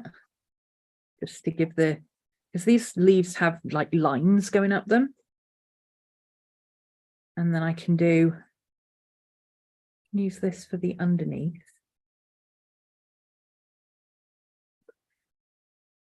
Almost like an outline, but not quite. And then any bits that are in shadow like that. Might be better off using this one because this is a Prismacolor. I'll go on a bit smoother. Yeah, there we go. That's better. So that one goes on a bit smoother. The Faber-Castells are a little bit, you can see the texture of the paper. Whereas the Prismacolors are going on smoother because they're creamier. And then once we blend that out with the white, have a nice edge on that flower leaf. Like that, you see. So it stands out from the background then. You can do the line down the middle. Like that. Subtle, but it works. The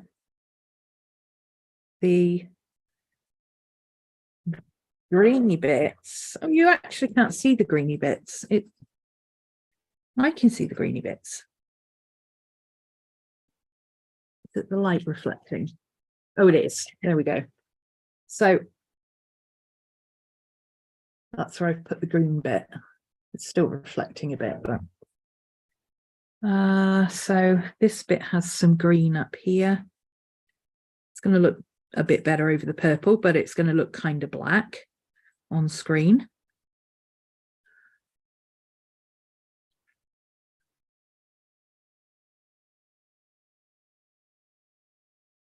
But it does have a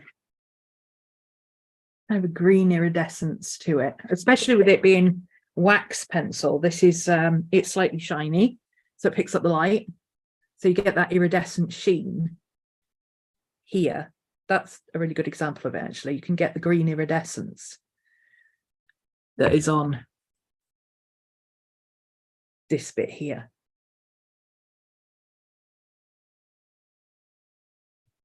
Exact? No. Close enough? Absolutely. So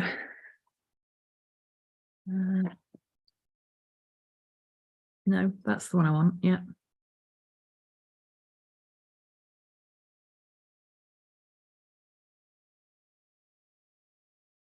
I'm leaving it kind of streaky because there is, I'm not sure if striations is the right word. I thought that was rock, but you can see lines in it. So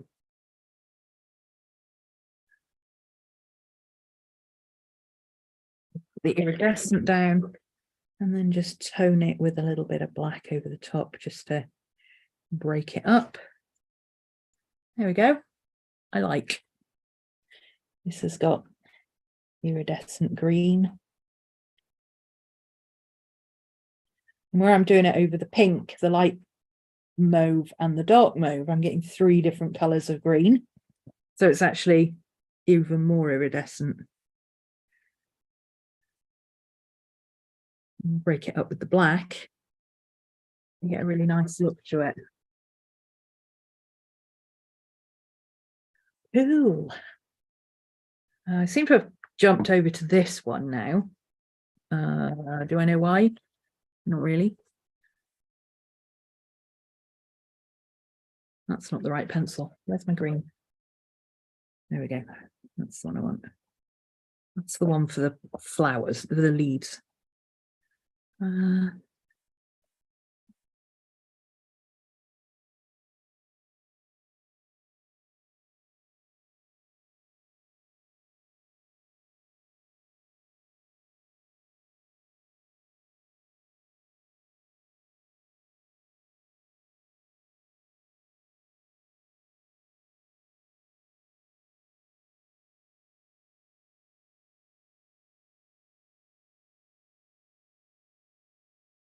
That bit is actually a little bit lighter, so we don't need to break that up with black.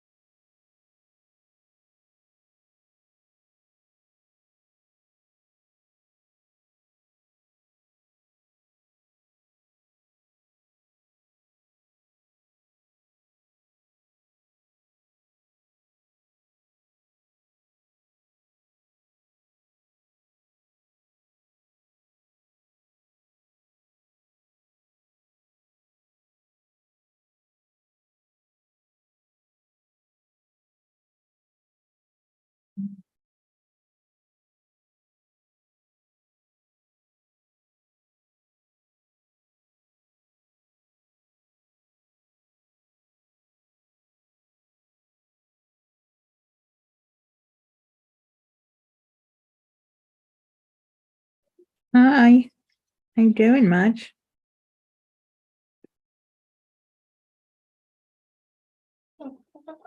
Hello there. How are you doing?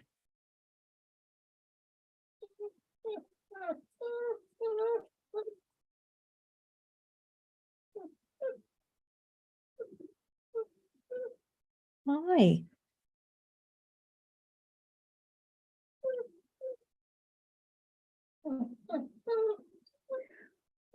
Is it past your tea time, huh? Is it? Okay. It's past Maddie's tea time, everybody. God damn it. Hey, Rish.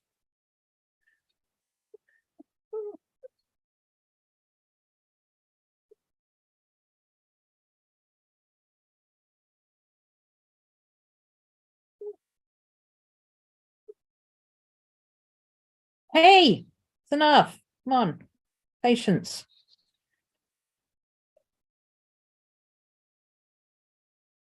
Literally huffing at me like a teenager.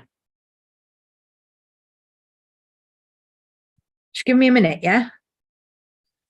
No, just give me a minute.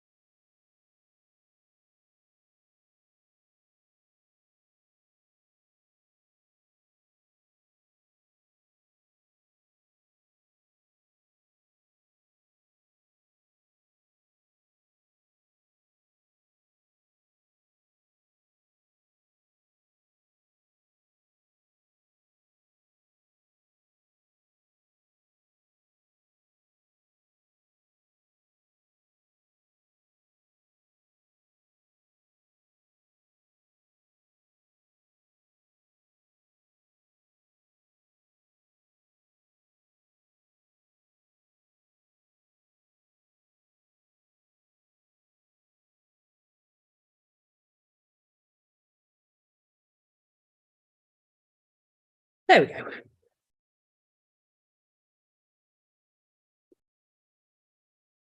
So I've done the leaves, but I'm not so worried about the leaves. It was the flowers I wanted to do. The leaves will be like that. That's a 5-minute job. I can do that while I'm cooking dinner. These feet are going to take a little bit longer, but the rest of him is not going to be too difficult because it's literally now just doing his darker sections under here.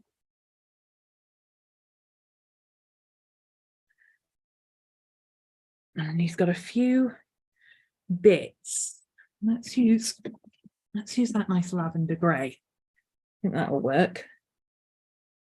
Got a few bits here. Oops. A few bits here where you can see the light coming through his feathers.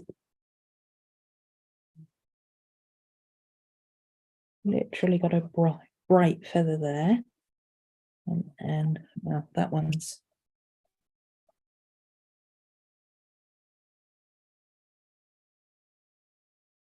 needs a bit of darkening because it's actually... Maddie, what are you doing? Already the right colour. So there we go. Let's put a highlight on his beak up here. Soften that out. Get that nice lavender colour in his eye. Soften that out.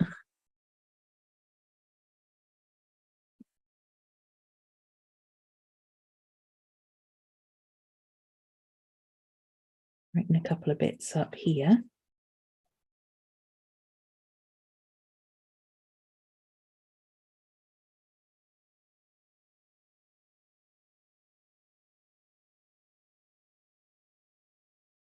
And then how about if we use that green with the purple to get that iridescence again? Because ravens are nothing if not iridescent.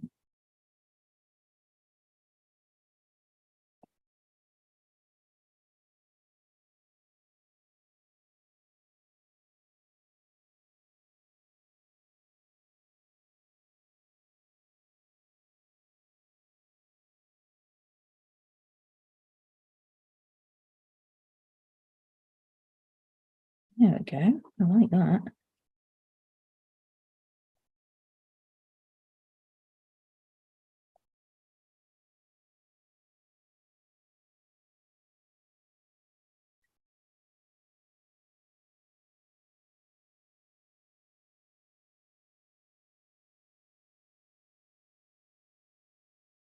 Well, so you can see light coming through his feathers.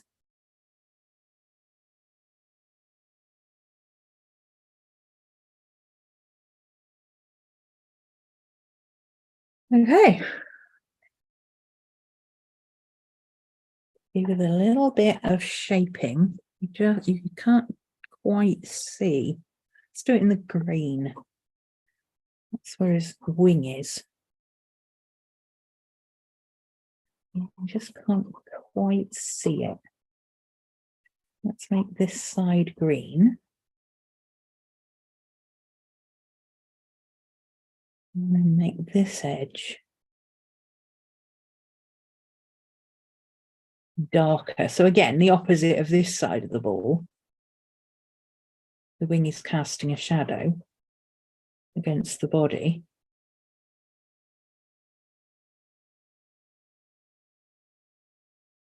Like that. There we go. Now we can see his wing. Now we need to blend this bit out. It's a bit too harsh.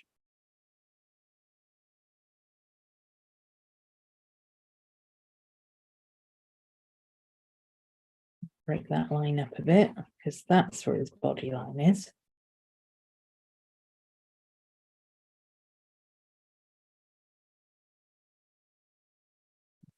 These feathers are very fluffy. It's better.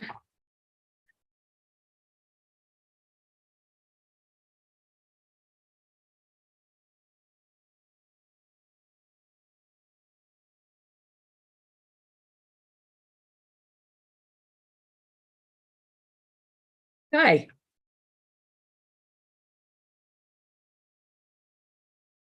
See, when it's not reflecting the light, it does actually look green. Oh, let's see. I think this needs to be brought in this way a bit because his feathers do kind of flare out that way.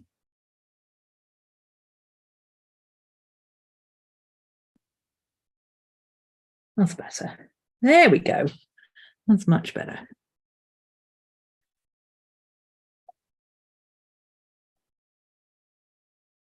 That's what we needed. Yes. Yes. I need to sort his legs out. But I also need to paint the tree trunk to make it look like a tree trunk, or, you know, do something with the tree trunk. It's going to be easier to do the tree trunk first and then do the legs over the top. Because if I need to, I can just repaint the legs because they're just sticks of that lilac. So if I mess them up doing the tree trunk, I can just paint them back in and then detail over the top. So I'll do those afterwards. That's a finicky job afterwards. So there we go. There's the one. What sketchbook? This one is the Moleskine sketchbook, the heavy paper sketchbook, the regular, not the regular Moleskine, the heavy sketchbook paper Moleskine, and acrylic gouache and Prismacolor and Faber-Castell pencils.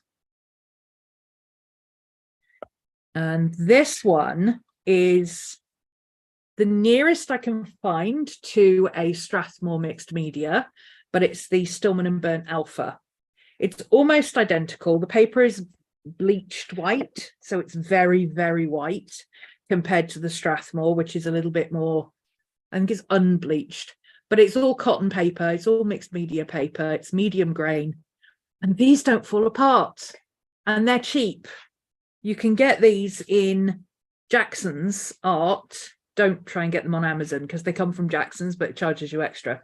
Get them direct from Jackson's Art. And if you need to get if you want a discount code, I've got one down below. If you've not ordered from Jackson's before, you can get a 10% discount. I'm gutted. My favourite bookshop is closed today. Book Depository is no more. They were good. I liked Book Depository. I used them a lot. But I've just had an email today saying they are now closed. I assume, given how fast they've closed, because I placed a pre-order yesterday with them and it was fine. And then today they're like, oh, we've closed now. We no longer doing anything. If you've got pre-orders or whatever, if you've paid, you'll get a refund, and otherwise. So I assume they've gone into receivership because that's fast, which is a shame. But yeah, RIP Book Depository. You'll be missed. Oh, my throat is so dry. Anyway, yeah, they are fab. Yes, Jane uses an alpha as well. She uses is it the Zeta you've got as well? I haven't tried that one yet. That's really thick paper. That's more mixed. That's more watercolor paper. This is great for mixed media. For what you do, Meg, these are great. And you can get them in smaller size. This is the B5, but you can get an A5, and you can get a landscape one, and you get a really skinny one and a pocket one. And because Amazon is downsizing, how is Amazon downsizing affecting Book Depository? Book Depository is owned by Amazon. Or is it? No, they're not owned by Amazon.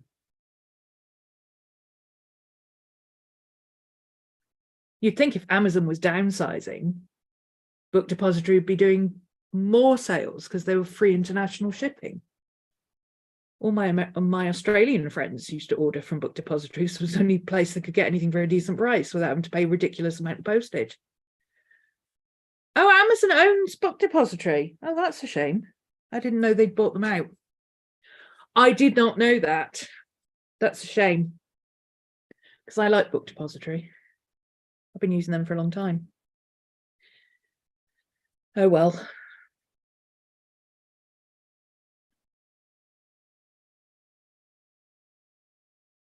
I think I'm done for the day. I seem to have stopped.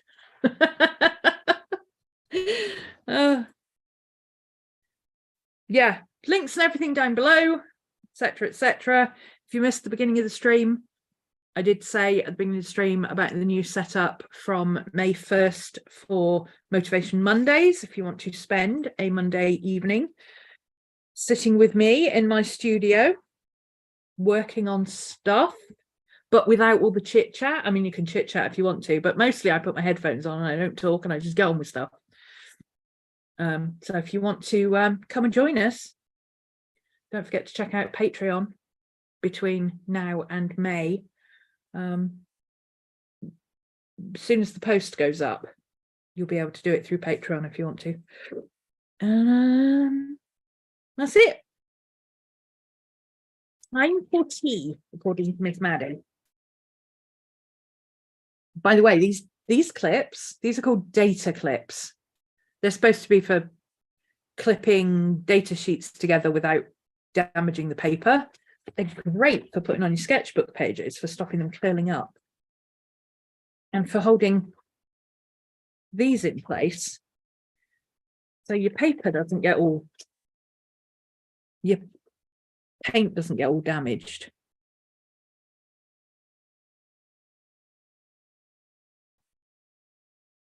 See?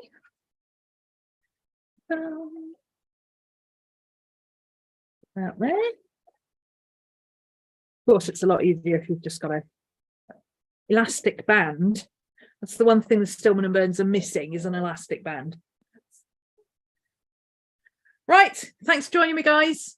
And I will see you, if you're in When Frogs Sing, etc., Patreon, I will see you tomorrow. If you're in Motivation Monday, I'll see you Monday. And if you're not in either, I'll see you back here next week, same time, same place, and so on. Bye.